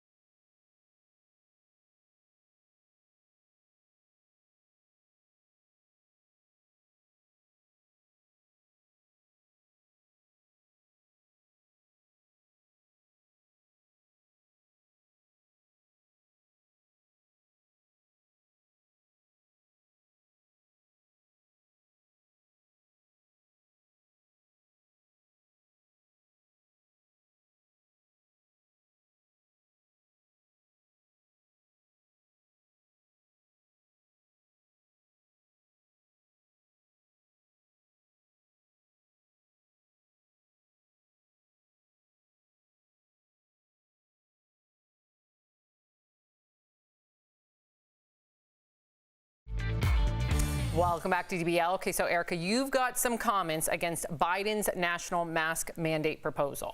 Well, Linda says wearing a mask outside is not the same inside. Biden said mandatory mask wearing outside. It is mandatory for when you are amongst a group of people outside, but mostly inside where it is about airflow. Stacy says, I don't want the police chasing down people who won't wear a mask. With all the horrors going on, the police department has a lot more important things to do. Yeah, I mean, I just keep looking at the statistics, and I know that many states are now coming out with their headlines saying it's the leading cause of death in their city, more so than other diseases, more so than gun violence. So that alarms me. So I definitely think we all need to take this very seriously because it could be you or your loved one. If you are sticking around, here's what's coming up on DBL. Chrissy Teigen and John Legend's family is growing. We'll show you their baby bump reveal, and Miley is single again and celebrating in true fashion. DBL's new every day. We'll be right back.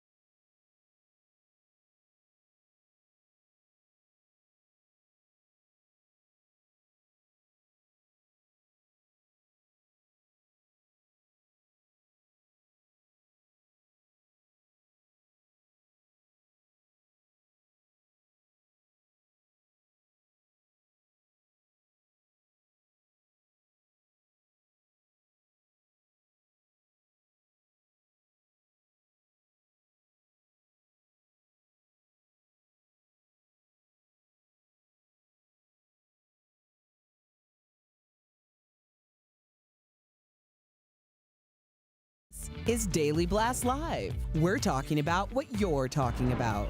Real, honest, entertaining, live. DBL starts right now. 3, 2. Thank you, Chris. Welcome to DBL. I'm Sam here with Erica. Jeff joining us from home. All right, so we got some big news for you all. Chrissy Teigen and John Legend, they are expecting baby number 3. Chrissy hinted at the pregnancy at the end of John's new video for Wild. Watch.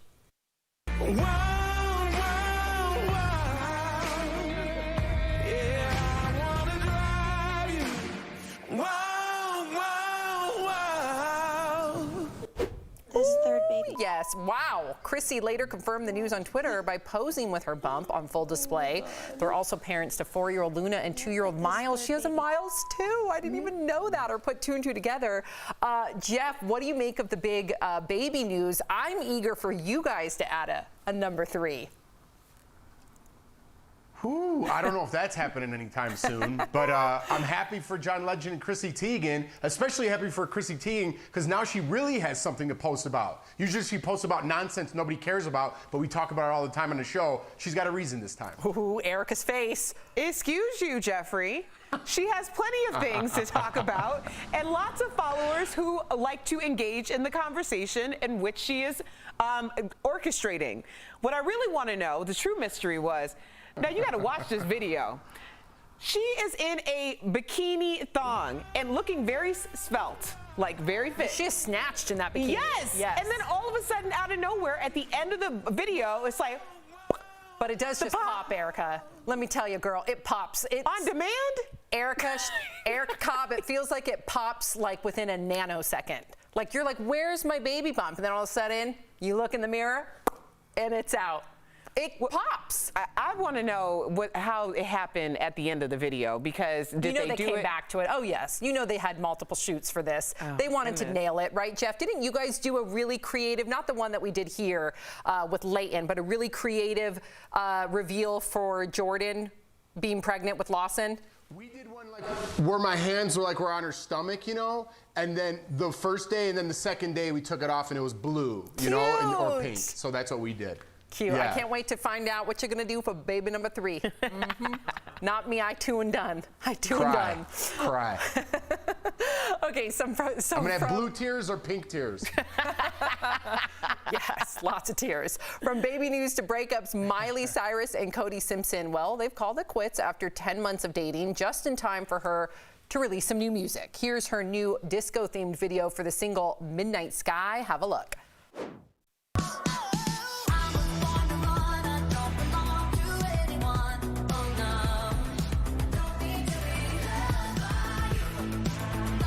Miley also appears naked in the video, surrounded by candy. Jeff, what do you make of her new song and her crazy year? Listen, I think people relate to this. In life, you go through your ups and downs, you have breakups, you have heartbreaks. That's life, and I think a lot of creative people like Miley Cyrus use this to influence their music, and then people in turn relate to it. So I think she's doing what she needs to do. And I dig the mullet. I dig it. I like the reinvention like Madonna, but that mullet is cute, cute, cute. Katy Perry also released some new music today, Erica, but instead of YouTube, the singer chose to post her video for Smile exclusively on Facebook. Watch. Every day, Groundhog Day, going through motions, felt so fake. Not myself, not my best, felt like I failed the test. And as we know, Katy's expected to give birth any day now. She's been filming all her videos in a warehouse in Burbank with a 10-person crew who are regularly tested for COVID-19. Erica, what do you make of the video and the song? Is it a summer jam, a banger? Yeah, I think it's, it has some summer vibes, but I like that Katy Perry is very much who she is. Like, it's that kitschy Katy thing, and she really, she embodies that. So I always kind of expect it, and I like the fact that she's kind of stuck with that. Yeah, and I dig the clown suit too. I really do. She makes it cute. Jeff Drake also released some new music today. His video for Laugh Now, Cry Later was filmed at the Nike World headquarters in Oregon and features pro athletes Odell Beckham Jr., Marshawn Lynch, Kevin Durant. Watch. I know that they at the crib going crazy down bad. What they had didn't last, damn baby. Sometimes we laugh and sometimes we cry, but I guess you know now. I love how emotional Drake is. I love it so much. I know a lot of you make fun of him with the crying memes. I think it's wonderful. Jeff, what do you make of these pandemic videos? I like anything that involves athletes. I'm a sports fan, not everybody is, but a lot of sports people, I'm talking about NBA players, NFL players, they listen to Drake. So why not collaborate and have them in the video? It makes perfect sense. Do you like the song? That was the first time I ever heard it, and I thought it was pretty good. I got to be honest, Katy Perry's, I don't want to, listen, it wasn't that great. I know she's expecting, I don't want to put more on her plate. Not like she cares what I think, but I wasn't a banger. I love that you and I are saying banger. We're both in our 40s. And hey, we're cool. I got it from you, so I thought it was cool. I just said it. I heard you say banger, and I was like, I'm glad you thought it was cool because I felt cool saying it. Jeff, you and I really are. Erica's embarrassed of us both. I love how Jeff and I are so in tune. You come back from Georgia and we got the same brain. Dolly Parton isn't known for being political, but the country singer recently voiced her support for the Black Lives Matter movement during an interview with Billboard magazine. Watch. But I do understand people having to make themselves known and felt and seen. And of course, Black Lives Matter. Do we think our little white are the only ones that matter? No, everybody matters. Erica, what do you think of Dolly lending her support to BLM? Well, hello, Dolly. Okay? Okay? I see you. You see me? That's how I'm feeling about a lot of people lately. I walk down my neighborhood. I see those Black Lives Matter signs, and everybody's like on the lawn, in the window. Some people even have it on their car, and I'm like, y'all my people. We see each other. I love it. Yes, Erica, she gave the wink too. I love it. Okay, so another celebrity that's making a lot of news, Sean Penn. He's going back to high school, and he's bringing along some A-list friends. Sean, along with Julia Roberts, Matthew McConaughey, and Jennifer Aniston, they're going to do a table read of the iconic 80s film Fast Times at Ridgemont High. The movie made Sean, of course, a star for his portrayal of slacker surfer dude Jeff Spicoli. The event will be streamed on August 20th and is a fundraiser for Sean's nonprofit called CORE.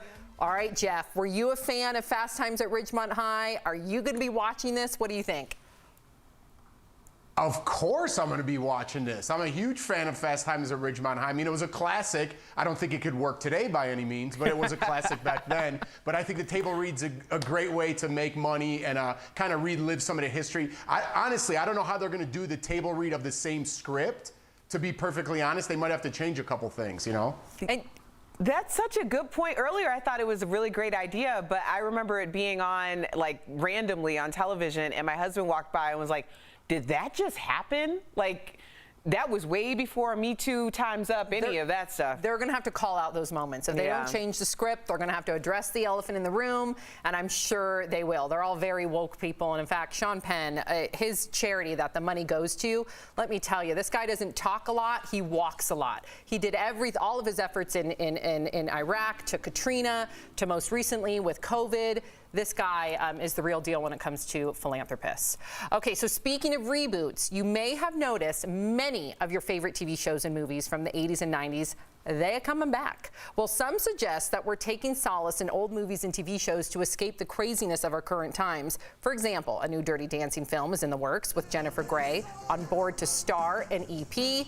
Abby Jacobson from Broad City is also bringing the 90s film A League of Their Own back to TV. And Tony Danza and Alyssa Milano are going to star in a reboot of the 80s sitcom Who's the Boss? Okay, Jeff, I know how Erica feels about reboots, and we're going to save Erica's opinion till the end. Jeff, do you like this resurgence of reboots, or you're not having it? I'm kind of over it, to be honest with you. I kind of get the business behind it if you want to look at it from there. Obviously, it's making money, otherwise they wouldn't keep doing it. I think a lot of people who watch TV are the ones who grew up with these shows, so they want to tune back in to see their old favorite shows, maybe relive some past memories they had. I think the younger generation is watching streaming services like Netflix, Hulu, even YouTube, you know? So I don't think they're tuned in either way. So I think they're just trying to appeal to people that still watch television. Erica? You know, generally, I am against reboots, and, well, first of all, Alyssa Milano started following me on Instagram. I know. What? So, I know, right? Erica. I was like, oh, wow. So that's going to change your opinion, Miss Erica Cobb. So now you're all about the Who's the Boss reboot? Well, actually, I would have been about the Who's the Boss reboot anyway, because I've always been hold me closer, Tony Danza, okay? Honestly. But, you know, I think it's an interesting concept to bring it to today's standards. And, hey, Alyssa, how you doing, I think girl? Erica's a little biased, Jeff, because she has a new BFF in one of the stars of these reboots. I will say I'm a big reboot person. I know that makes me sound uncreative and unoriginal, but I do get a lot of nostalgia when I watch some of my favorite movies. I just hope, or favorite TV shows. I hope they do it right. Stand By Me could never be rebooted, though. I won't allow that one. What reboot are you excited about, Sam? What reboot out there are you pumped about? I can't wait for, why did it just escape me? Hello, Mario Lopez. Exactly. Hello. Exactly. I'm so excited for Saved by the Bell. So excited for Who's the Boss. There's a couple things that you can't touch. You can't touch Princess Bride. You can't touch why am I so stuck on some of these? Or like, MC Hammer. MC Hammer? You can't touch this. Gotcha, Jeff. Gotcha. I don't know what's wrong with me. Here I are the can't talk rails today. and just Yeah, I know. Stand By Me is what I was trying to say. You can't touch Stand By Me either. There's some that just can't be touched, but I do want to watch Who's by the Boss, and it's not because Alyssa Milano followed me, because she didn't. Jeff, stick around. Coming up on DBL, Saturday Night Live alum Bobby Moynihan is keeping busy during the pandemic, and he tells Brandon all about it next. Don't go away.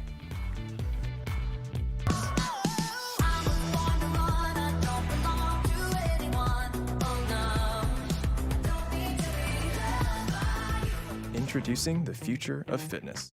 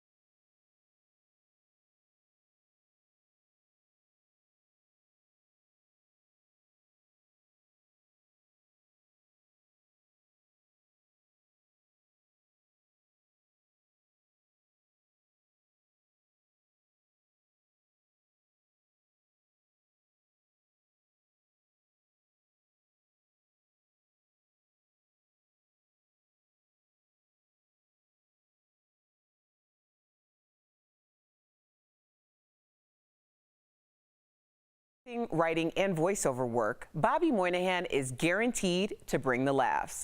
Now, Brandon spoke with him earlier in today's second Chatting with the Stars.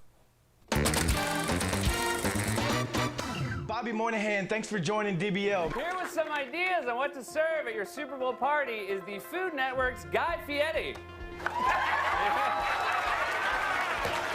All right, Jeff, so what do you think happened out there? I did bad.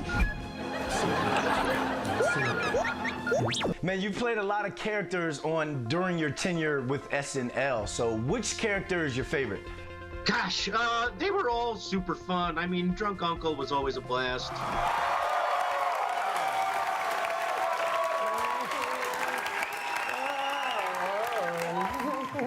So are you, Drunk Uncle? Oh, trick or treat, smell.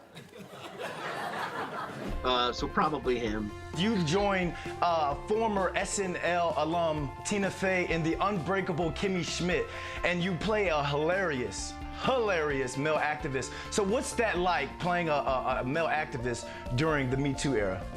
The whole joke was sort of making fun of that, of making fun of being a male activist at this time. I think it's a pretty silly move. So what's your favorite animated character that you voiced over, and what's the hardest character that you've had to lend your voice to? I don't know if I have one favorite. I have a lot of favorites for different reasons. They're all a lot of fun. But the hardest one, probably Nature Cat. I'm on a show called Nature Cat on PBS, but I wouldn't. It's just a lot of energy. I play a Hale, a dog who is very, very high energy. It's Earth. Whoa! I live there. So that's just hard, meaning I have to exert effort, which really isn't that hard. So none of them are hard. Well, in your new digital series, Lofi, you and the cast, is this script all improvised? Mostly improvised, yeah. We definitely had like a loose baseline of what was going to happen in the episodes, and then we would sort of improvise around it. Good afternoon, friends. Let the escapism begin! Can you give our viewers, kind of give us a background on what's Lofi all about? Lofi is a manatee, and he also is a single father, and he lives at the Center Park Zoo, which is a small, tiny, little, dirty zoo directly next door to the Central Park Zoo, which gets a lot more love. Are there any other animated characters like Cartman or Homer that made the character like Lofi possible? Sure. I mean, of course, it is a bit of a play on that, King of Queens kind of schlubby dad just trying to make it in life. It definitely has a bit of that. Honeymooners, sure. Hey, Bobby Moynihan, I gotta thank you for coming by. And you all can catch Lofi streaming on Comedy Central digital and social platforms. DBL will be right back. Hi, I'm Lori Grenier, an inventor and entrepreneur.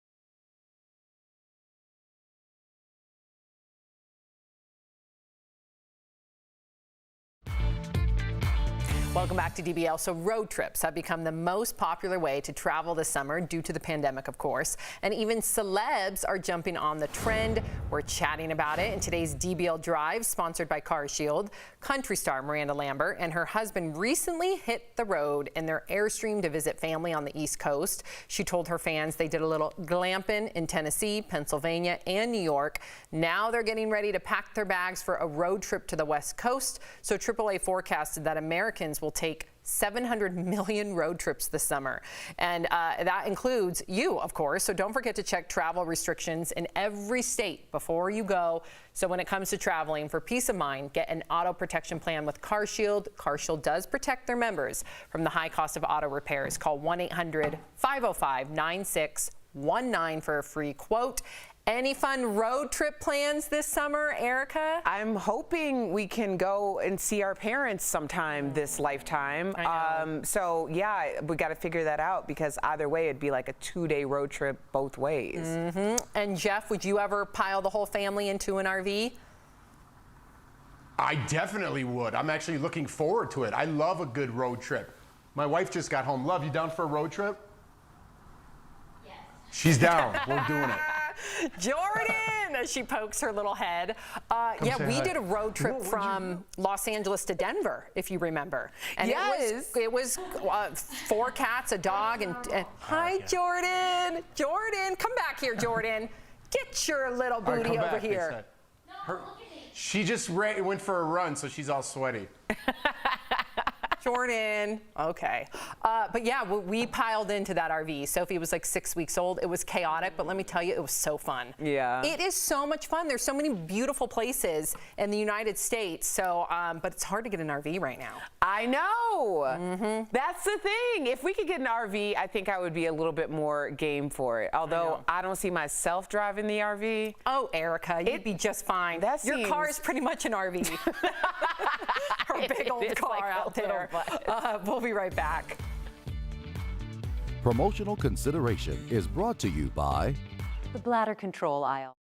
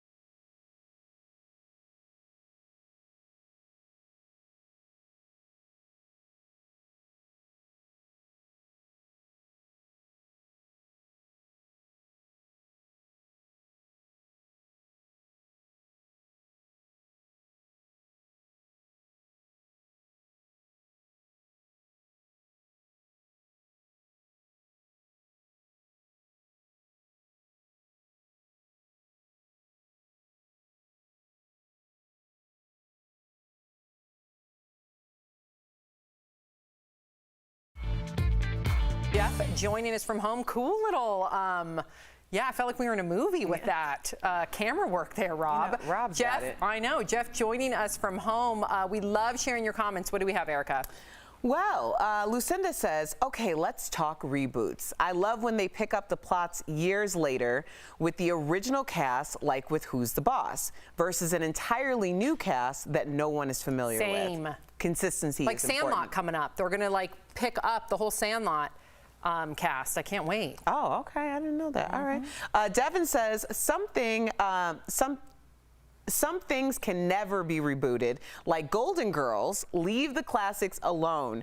Trisha says, you know who needs a reboot? Britney Spears, a career reboot. Trisha, how you gonna come through? First of all, you coming through with the jokes. Secondly, you made me read it. And third, now I'm in trouble. Yeah, you're in trouble now, Erica. Cindy Ann says, I'd love to see them reboot Desperate Housewives or Buffy the Vampire Slayer. It's not like any of those actresses are y'all are really... Ooh. Okay, Jeff, before we go, give me one show that you would like to see rebooted. Hurry. 3, 2, We're out of time. 1. Have a good weekend, Feels everybody. you every day. We'll see you same time, same place, Monday. Bye, guys. Bye, Jeff. Thank you.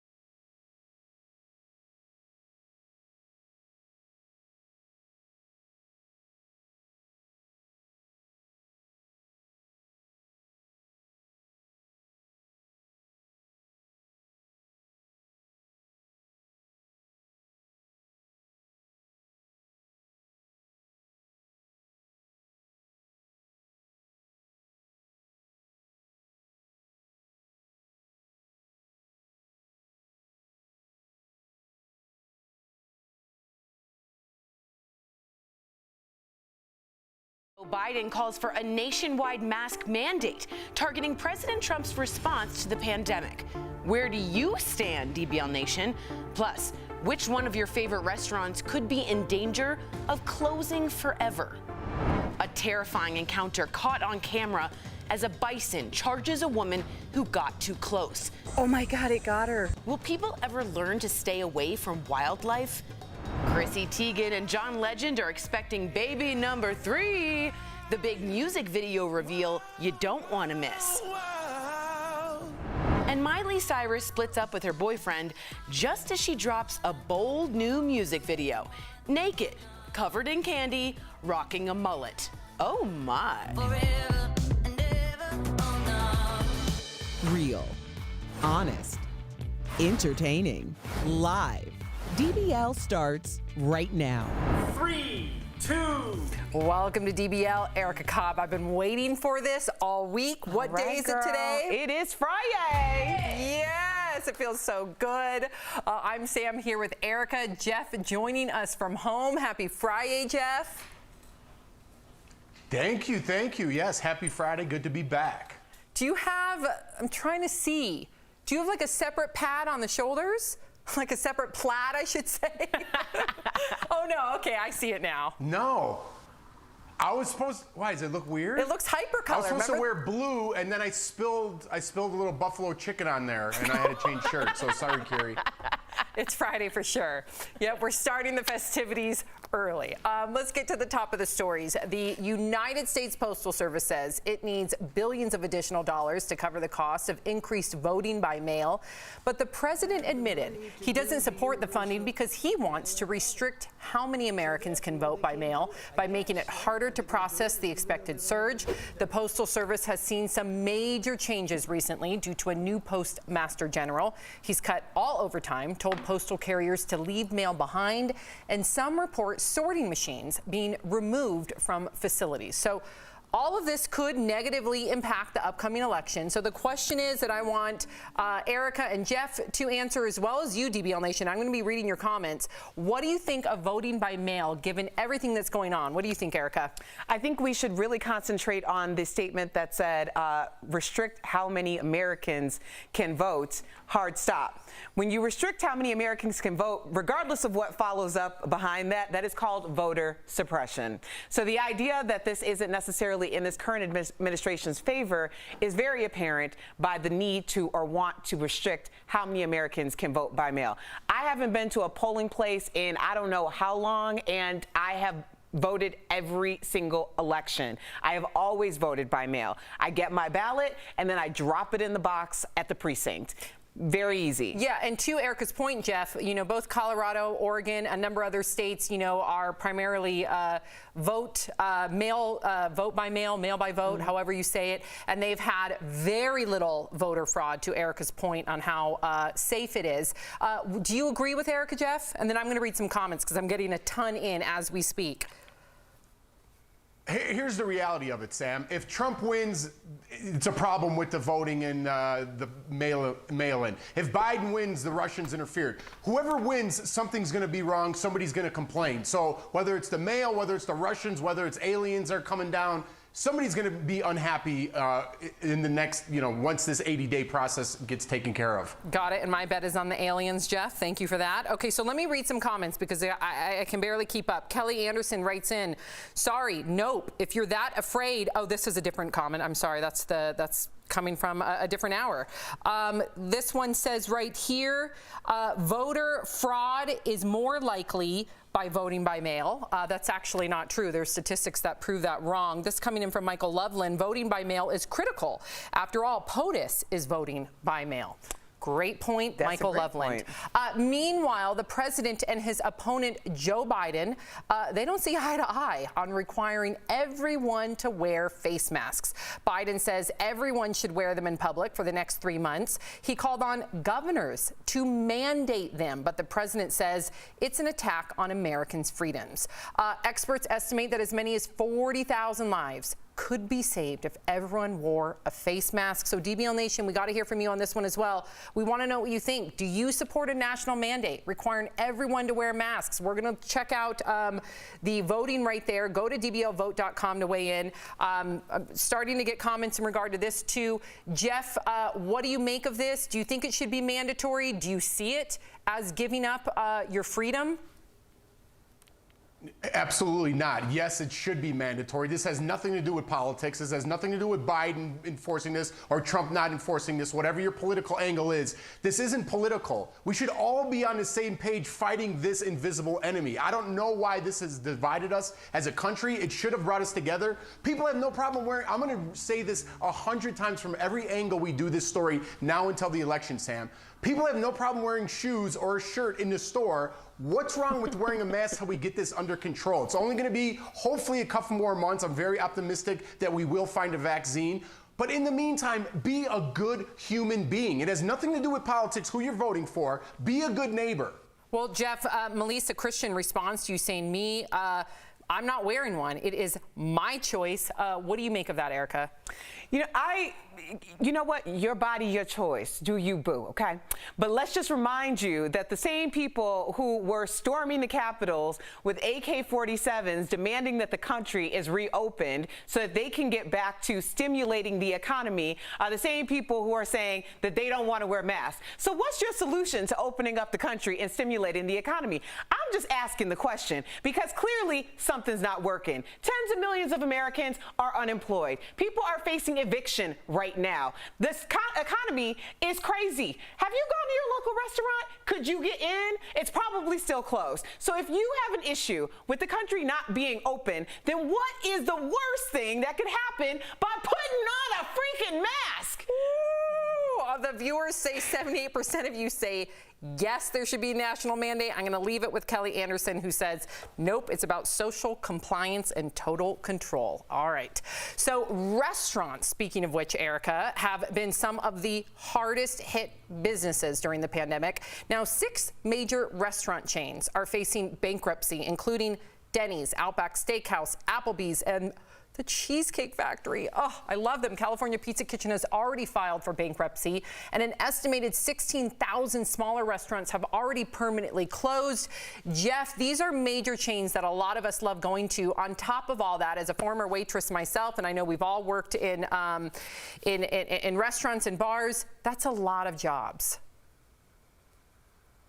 That's the first thing I thought about, Sam, is the jobs, the wait staff. Exactly what I was thinking. We're on the same page since I got back, Sam. I know. I don't know what's going on. I know. But I'm sad. This is middle America. When I take road trips, I think of these restaurants. You know, this is like my childhood. This is like feel-good food. This is a sad day if all these restaurants close. It is very sad. Before we go, I got to get to this bison story. Can you guys put it back up? If not, we don't have time. That's okay, I'll read it from the card. So a terrifying animal attack was caught on camera. And a warning to our viewers, okay, this video is a little graphic. A woman in South Dakota was attacked at a state park after getting too close to a mother and her calf. Trying to take a photo of them, another bison charges, you're about to see. Oh my God, it got her. Yep, whoa. And what happened is the bison flung her. Oh my God. Whoa. Oh my gosh, that's the first time I actually saw that happen. She is okay. She did have to be airlifted to a hospital. She's expected a full recovery. Erica, you're shaking your head, but listen, I'm glad she's okay. I don't wish any harm on this woman, but you gotta know better when it comes to wild animals, especially a mother and her calf. Yeah, people get really delusional with wild animals. I really don't understand why you think you're connected in a way that you're going to be in a wild animal's habitat and up close up in their faces and nothing's going to happen. Oh my God, it got her. Yeah, is it the gram? Are people doing it for the gram, Jeff? Everybody wants to have that picture with all the likes of the mama bison and her baby. Come on now.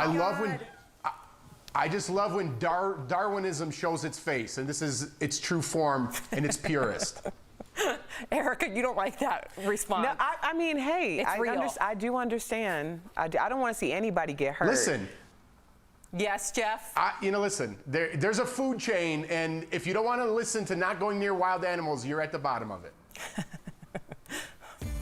He says it like it is, folks. Yeah. He certainly does. Jeff, we'll see you later coming up on DBL. It is Fact or Fiction Friday with our medical expert, Dr. Payal Kohli. She is clearing up more coronavirus confusion. Then I catch up with Real Housewives of Potomac star Monique Samuels. Let me tell you guys, she's spilling all the tea on the hot gossip. And if you know DBL, you know we are committed to health and safety. That's why most of our employees are working from home during the pandemic. We miss you all. You're doing a great job. We'll be right back. Do you have a life insurance policy?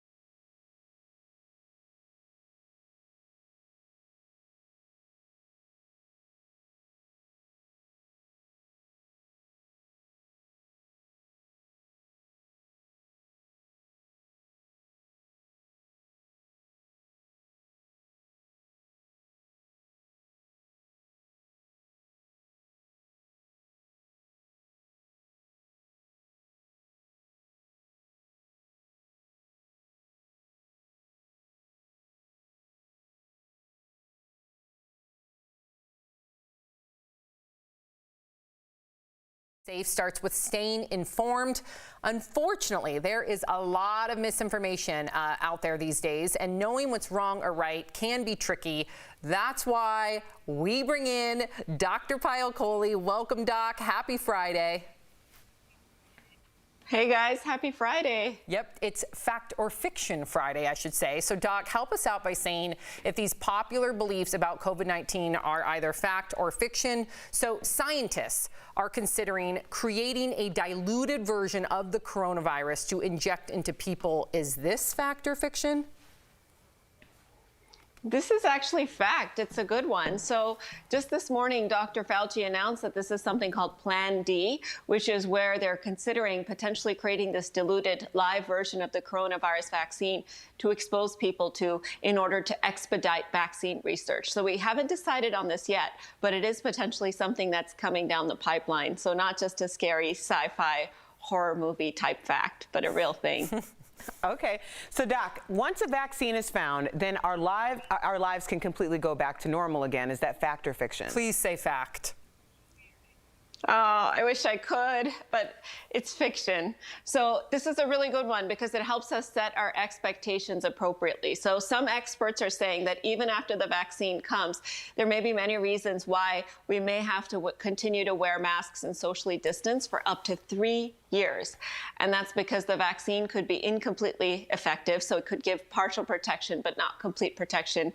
It could be because the immunity can wane over time, and it'll take us quite a while to distribute and administer that vaccine all over the globe. So we should just remember we're running a marathon, you know, not a sprint here, and we got a ways to go on this masks and social distancing. Oh, this is so frustrating and angering. I know. Yep. Okay. So vaping in adolescents, it increases risk of catching coronavirus by 5 to 7 times. Is that fact or fiction? This is a fact. I was shocked to see the study out of Stanford Medical School. So if you've ever vaped, you have a 5 times higher risk of catching COVID. And if you vaped and used tobacco products in the last 30 days, you have a 7 times higher risk of catching COVID. And not only do you have a higher risk of catching it, you have a 5 times higher risk of having symptoms from COVID. So you have a worse version of the disease. So quite a sobering reminder because there's so many people out there that think vaping is innocuous. Good to know. Well, masks made of any materials are better than no mask at all. Is this fact or fiction, Doc? This is a good one. This is fiction, and this one surprised me. So Duke researchers just published a study earlier this week that said those neck gaiters that are very popular here in Colorado are actually worse than not wearing a mask at all. And the reason is because they take those big droplets that would have otherwise fallen to the ground and turn them into tiny aerosols that then linger. And so a good rule of thumb, you guys, if you're trying to think about how good a mask is to hold it up to the light. And if you can see through the mask, it's probably not effective, and blow through it, and if you can feel the air on the other side, it's probably not effective. I love that test. Everybody can perform that test at home. That's great. Great advice as always, Dr. Coley. Thank you also for clarifying. Like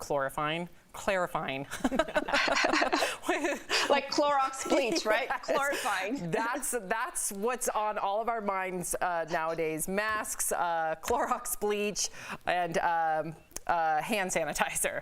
You will be back next week. I hope you have a great weekend and hopefully you get some time off. DBL Nation, if you have a question about coronavirus that you want answered by Dr. Coley, write us on social media. You can also email info@dailyblastlive.com. We'll be right back. It's only a matter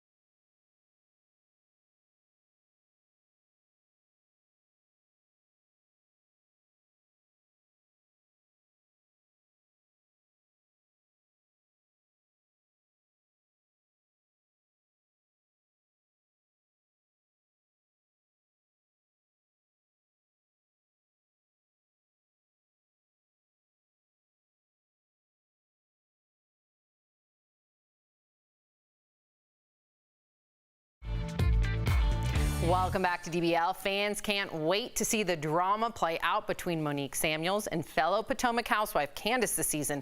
But earlier, I got Monique to share some of that tea in today's Chatting with the Stars.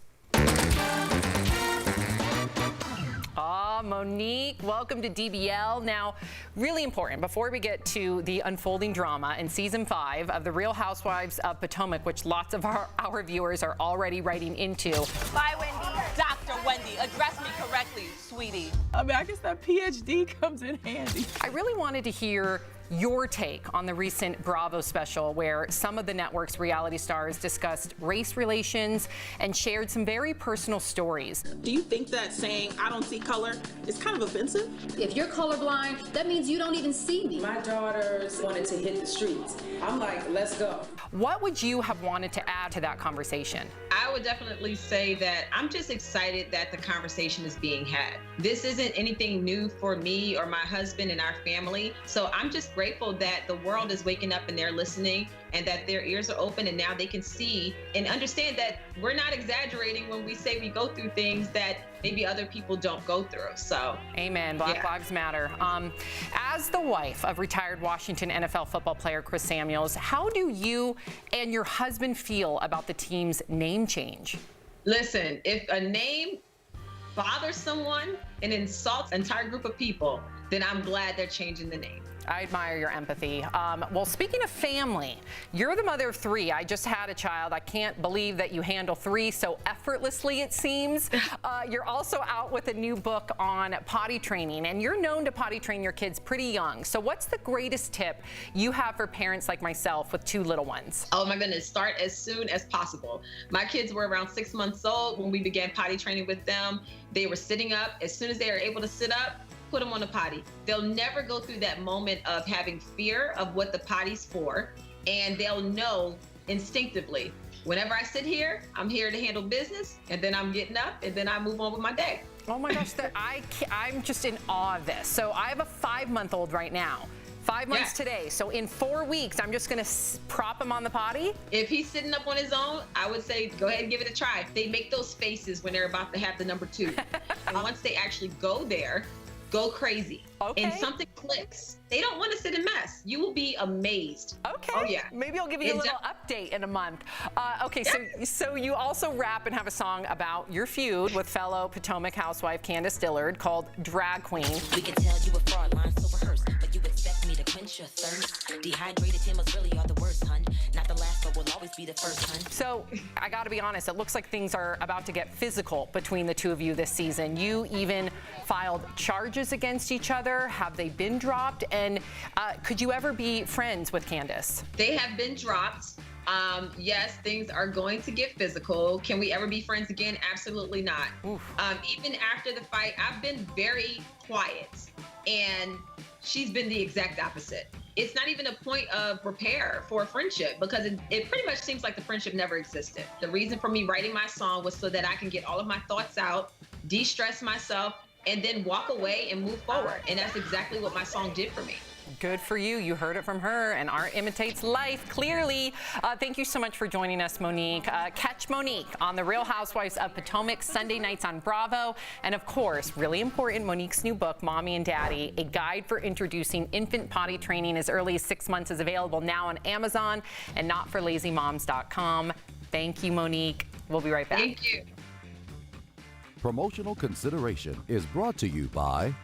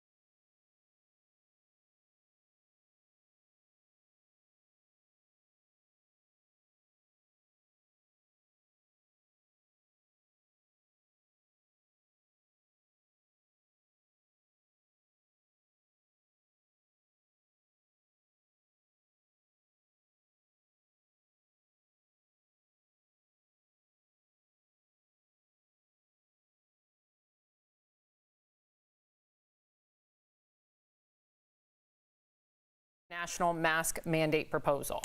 Well, Linda says wearing a mask outside is not the same inside. Biden said mandatory mask wearing outside. It is mandatory for when you are amongst a group of people outside, but mostly inside where it is about airflow. Stacey says, I don't want the police chasing down people who won't wear a mask. With all the horrors going on, the police department has a lot more important things to do. Yeah, I mean, I just keep looking at the statistics, and I know that many states are now coming out with their headlines saying it's the leading cause of death in their city, more so than other diseases, more so than gun violence. So that alarms me. So I definitely think we all need to take this very seriously because it could be you or your loved one. If you are sticking around, here's what's coming up on DBL. Chrissy Teigen and John Legend's family is growing. We'll show you their baby bump reveal, and Miley is single again and celebrating in true fashion. DBL's new every day. We'll be right back.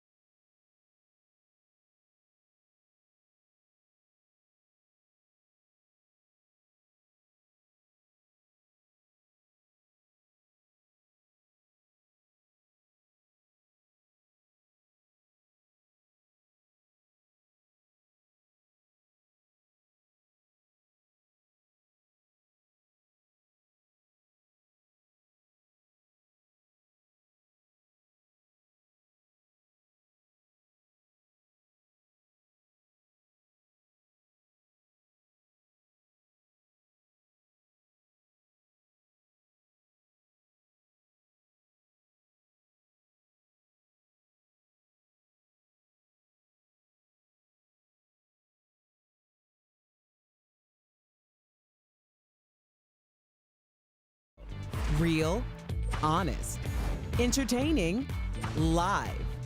DBL starts right now. 3, 2. Thank you, Chris. Welcome to DBL. I'm Sam here with Erica. Jeff joining us from home. All right, so we got some big news for you all. Chrissy Teigen and John Legend, they are expecting baby number 3. Chrissy hinted at the pregnancy at the end of John's new video for Wild. Watch. Wow.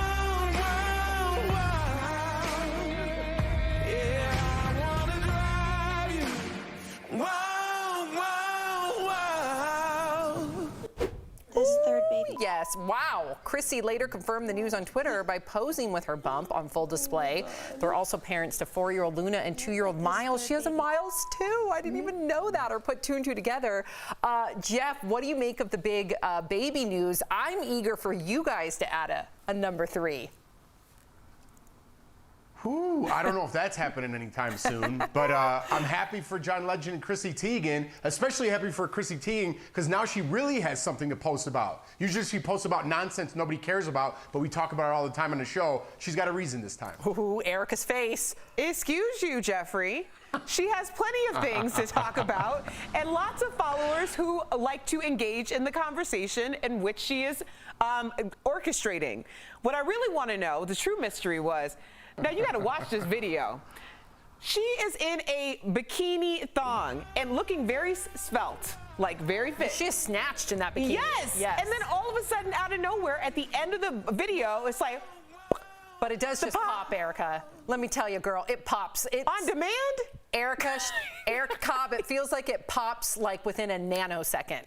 Like you're like, where's my baby bump? And then all of a sudden, you look in the mirror, and it's out.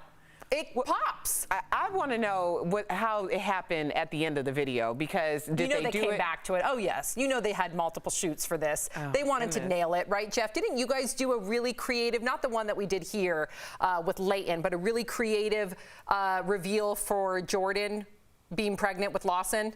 We did one like where my hands were on her stomach, and then the first day and then the second day we took it off and it was blue, or pink. So that's what we did. Cute. Yeah. I can't wait to find out what you're going to do for baby number 3. Not me. I two and done. I two and done. Cry. Okay, some I'm going to have blue tears or pink tears.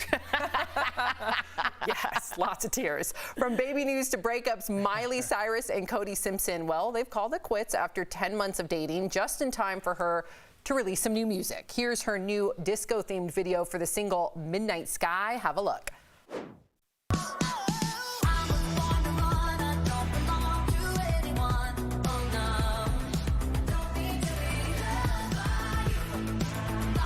Miley also appears naked in the video, surrounded by candy. Jeff, what do you make of her new song and her crazy year? Listen, I think people relate to this. In life, you go through your ups and downs, you have breakups, you have heartbreaks. That's life, and I think a lot of creative people like Miley Cyrus use this to influence their music, and then people in turn relate to it. So I think she's doing what she needs to do. And I dig the mullet. I dig it. I like the reinvention like Madonna, but that mullet is cute, cute, cute. Katy Perry also released some new music today, Erica, but instead of YouTube, the singer chose to post her video for Smile exclusively on Facebook. Watch. Every day, Groundhog Day, going through motions, felt so fake. Not myself, not my best, felt like I failed the test. And as we know, Katie's expected to give birth any day now. She's been filming all her videos in a warehouse in Burbank with a 10-person crew who are regularly tested for COVID-19.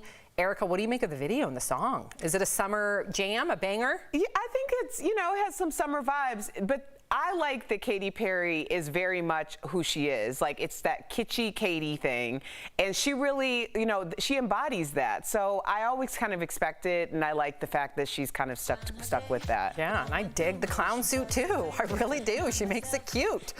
Jeff Drake also released some new music today. His video for Laugh Now, Cry Later was filmed at the Nike World headquarters in Oregon and features pro athletes Odell Beckham Jr., Marshawn Lynch, Kevin Durant. Watch. I know that they at the crib going crazy down bad. What they had didn't last, damn baby. Sometimes we laugh and sometimes we cry, but I guess you know now. I love how emotional Drake is. I love it so much. I know a lot of you make fun of him with the crying memes. I think it's wonderful. Jeff, what do you make of these pandemic videos? I like anything that involves athletes. I'm a sports fan, not everybody is, but a lot of sports people, I'm talking about NBA players, NFL players, they listen to Drake. So why not collaborate and have them in the video? It makes perfect sense. Do you like the song? That was the first time I ever heard it, and I thought it was pretty good. I got to be honest, Katy Perry's, I don't want to, listen, it wasn't that great. I know she's expecting, I don't want to put more on her plate. Not like she cares what I think, but I wasn't a banger. I love that you and I are saying banger. We're both in our 40s. And hey, we're cool. I got it from you, so I thought it was cool. I just said it. I heard you say banger, cool. and I was like, I'm glad you thought it was cool because I felt cool saying it. Jeff, you and I really are. Erica's embarrassed of us both. I love how Jeff and I are so in tune. You come back from Georgia and we got the same brain. Dolly Parton isn't known for being political, but the country singer recently voiced her support for the Black Lives Matter movement during an interview with Billboard magazine. Watch. But I do understand people having to make themselves known and felt and seen. And of course, Black Lives Matter. Do we think our little white are the only ones that matter? No, everybody matters. Erica, what do you think of Dolly lending her support to BLM? Well, hello, Dolly. Okay? Okay? I see you. You see me? That's how I'm feeling about a lot of people lately. I walk down my neighborhood. I see those Black Lives Matter signs. And everybody's like on the lawn. Yep. In the window. Some people even have it on their car. And I'm like, y'all my people. We see each other. I love it. Yes, Erica, she gave the wink too. I love it. Okay, so another celebrity that's making a lot of news, Sean Penn. He's going back to high school, and he's bringing along some A-list friends. Sean, along with Julia Roberts, Matthew McConaughey, and Jennifer Aniston, they're going to do a table read of the iconic 80s film Fast Times at Ridgemont High. The movie made Sean, of course, a star for his portrayal of slacker surfer dude Jeff Spicoli. The event will be streamed on August 20th and is a fundraiser for Sean's nonprofit called CORE. All right, Jeff, were you a fan of Fast Times at Ridgemont High? Are you going to be watching this? What do you think? Of course I'm going to be watching this. I'm a huge fan of Fast Times at Ridgemont High. I mean, it was a classic. I don't think it could work today by any means, but it was a classic back then. But I think the table read's a great way to make money and kind of relive some of the history. Honestly, I don't know how they're going to do the table read of the same script. To be perfectly honest, they might have to change a couple things, you know? And that's such a good point. Earlier, I thought it was a really great idea, but I remember it being on, like, randomly on television, and my husband walked by and was like, did that just happen? Like, that was way before Me Too, Time's Up, any of that stuff. They're going to have to call out those moments. If they don't change the script, they're going to have to address the elephant in the room, and I'm sure they will. They're all very woke people, and in fact, Sean Penn, his charity that the money goes to, let me tell you, this guy doesn't talk a lot, he walks a lot. He did all of his efforts in Iraq, to Katrina, to most recently with COVID. This guy is the real deal when it comes to philanthropists. Okay, so speaking of reboots, you may have noticed many of your favorite TV shows and movies from the 80s and 90s, they are coming back. Well, some suggest that we're taking solace in old movies and TV shows to escape the craziness of our current times. For example, a new Dirty Dancing film is in the works with Jennifer Grey on board to star in EP. Abby Jacobson from Broad City is also bringing the 90s film A League of Their Own back to TV. And Tony Danza and Alyssa Milano are going to star in a reboot of the 80s sitcom Who's the Boss? Okay, Jeff, I know how Erica feels about reboots, and we're going to save Erica's opinion till the end. Jeff, do you like this resurgence of reboots, or you're not having it? I'm kind of over it, to be honest with you. I kind of get the business behind it if you want to look at it from there. Obviously, it's making money, otherwise they wouldn't keep doing it. I think a lot of people who watch TV are the ones who grew up with these shows, so they want to tune back in to see their old favorite shows, maybe relive some past memories they had. I think the younger generation is watching streaming services like Netflix, Hulu, even YouTube, you know? So I don't think they're tuned in either way. So I think they're just trying to appeal to people that still watch television. Erica? You know, generally, I am against reboots. And, well, first of all, Alyssa Milano started following me on Instagram. I know. What? So, I know, right? Erica. I was like, oh, wow. So that's going to change your opinion, Miss Erica Cobb. So now you're all about the Who's the Boss reboot? Actually, I would have been about the Who's the Boss reboot anyway, because I've always been hold me closer, Tony Danza, okay? Honestly. But, you know, I think it's an interesting concept to bring it to today's standards. And, hey, Alyssa, how you doing, I think girl? Erica's a little biased, Jeff, because she has a new BFF in one of the stars of these reboots. I will say I'm a big reboot person. I know that makes me sound uncreative and unoriginal, but I do get a lot of nostalgia when I watch some of my favorite movies. I just hope, or favorite TV shows. I hope they do it right. Stand By Me could never be rebooted, though. I won't allow that one. What reboot are you excited about, Sam? What reboot out there are you pumped about? I can't wait for, why did it just escape me? Hello, Mario Lopez. Exactly. Hello. Exactly. I'm so excited for Saved by the Bell. So excited for Who's the Boss. There's a couple things that you can't touch. You can't touch Princess Bride. You can't touch why am I so stuck on some of these? Or like, MC Hammer. MC Hammer? You can't touch this. Gotcha, Jeff. Gotcha. I don't know what's wrong with me. I can't talk today. Yeah, I know.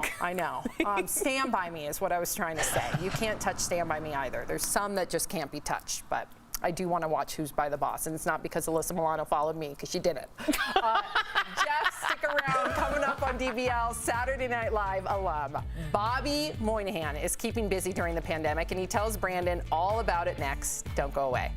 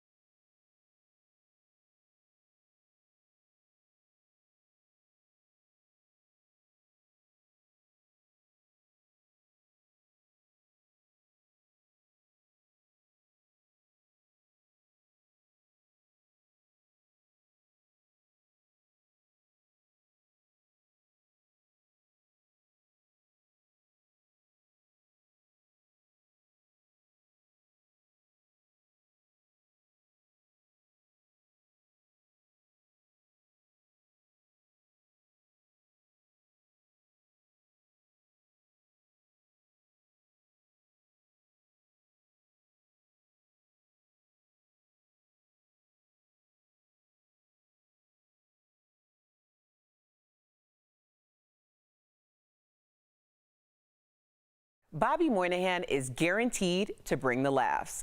Now, Brandon spoke with him earlier in today's second Chatting with the Stars.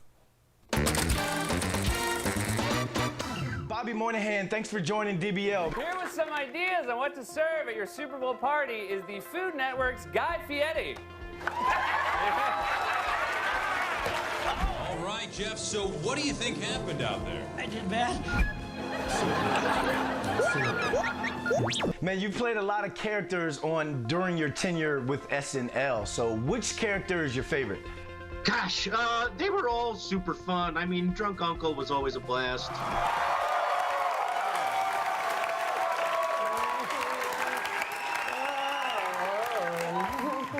So are you, Drunk Uncle? Oh, trick or treat.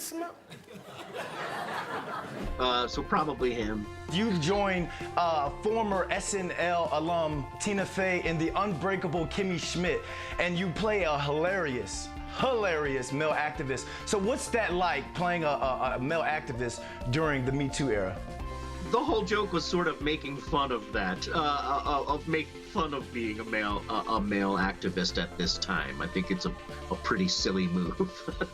So what's your favorite animated character that you voiced over, and what's the hardest character that you've had to lend your voice to? I don't know if I have one favorite. I have a lot of favorites for different reasons. They're all a lot of fun. But the hardest one, probably Nature Cat. I'm on a show called Nature Cat on PBS, but I wouldn't, it's just a lot of energy. I play a Hale, a dog who is very, very high energy. It's Earth. Whoa! I live there. So that's just hard, meaning I have to exert effort, which really isn't that hard. So none of them are hard. Well, in your new digital series, Lofi, you and the cast, is this script all improvised? Mostly improvised, yeah. We definitely had like a loose baseline of what was going to happen in the episodes, and then we would sort of improvise around it. Good afternoon, friends. Let the escapism begin! Can you give our viewers, kind of give us a background on what's Lofi all about? Lofi is a manatee, and he also is a single father, and he lives at the Center Park Zoo, which is a small, tiny, little, dirty zoo directly next door to the Central Park Zoo, which gets a lot more love. Are there any other animated characters like Cartman or Homer that made the character like Lofi possible?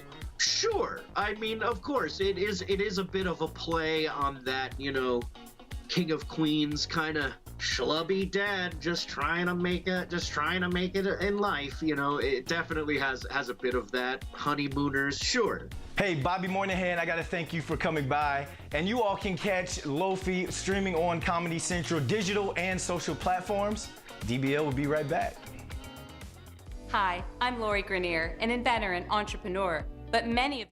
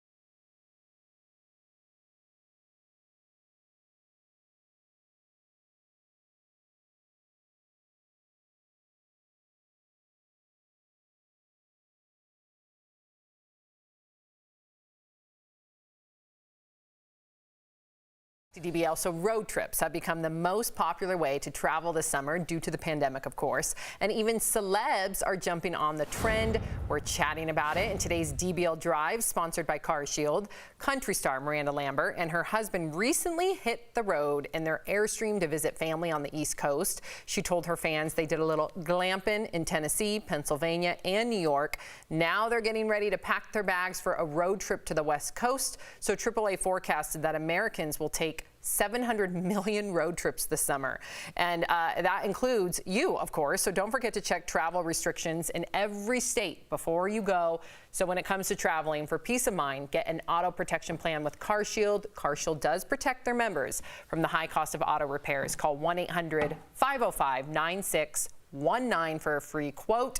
Any fun road trip plans this summer, Erica? I'm hoping we can go and see our parents sometime this lifetime. So yeah, we got to figure that out, because either way, it'd be like a 2-day road trip both ways. And Jeff, would you ever pile the whole family into an RV? I definitely would. I'm actually looking forward to it. I love a good road trip. My wife just got home. Love, you down for a road trip? Yes. She's down. We're doing it. Jordan, as she pokes her little head. Yeah, we did a road trip from Los Angeles to Denver, if you remember. And it was 4 cats, a dog, and hi, Jordan. Jordan, come back here, Jordan. Get your little booty over here. She just went for a run, so she's all sweaty. Jordan. Okay. But yeah, we piled into that RV. Sophie was like 6 weeks old. It was chaotic, but let me tell you, it was so fun. Yeah. It is so much fun. There's so many beautiful places in the United States. So, but it's hard to get an RV right now. I know. That's the thing. If we could get an RV, I think I would be a little bit more game for it. Although I don't see myself driving the RV. Oh, Erica, you'd be just fine. Your car is pretty much an RV. Her big old car like out there. We'll be right back. Promotional consideration is brought to you by the bladder control eye.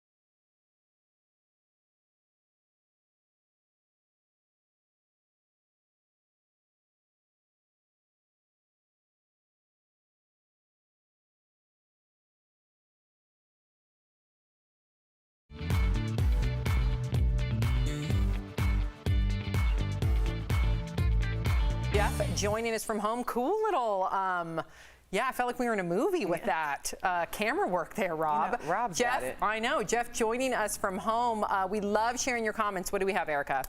Well, Lucinda says, okay, let's talk reboots. I love when they pick up the plots years later with the original cast, like with Who's the Boss, versus an entirely new cast that no one is familiar with. Consistency like is Sandlot important. coming up. They're going to like pick up the whole Sandlot cast. I can't wait. Oh, okay. I didn't know that. All right.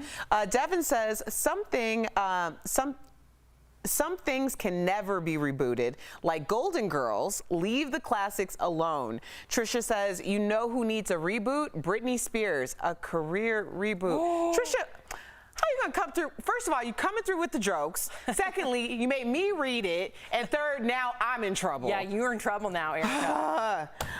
Cindy Ann says, I'd love to see them reboot Desperate Housewives or Buffy the Vampire Slayer. It's not like any of those actresses are y'all are really... Ooh. Okay, Jeff, before we go, give me one show that you would like to see rebooted. Hurry. 3, 2, We're out of time. 1. Have a good weekend, everybody. Every day. We'll see you same time, same place, Monday. Bye, guys. Bye, Jeff. Thank you.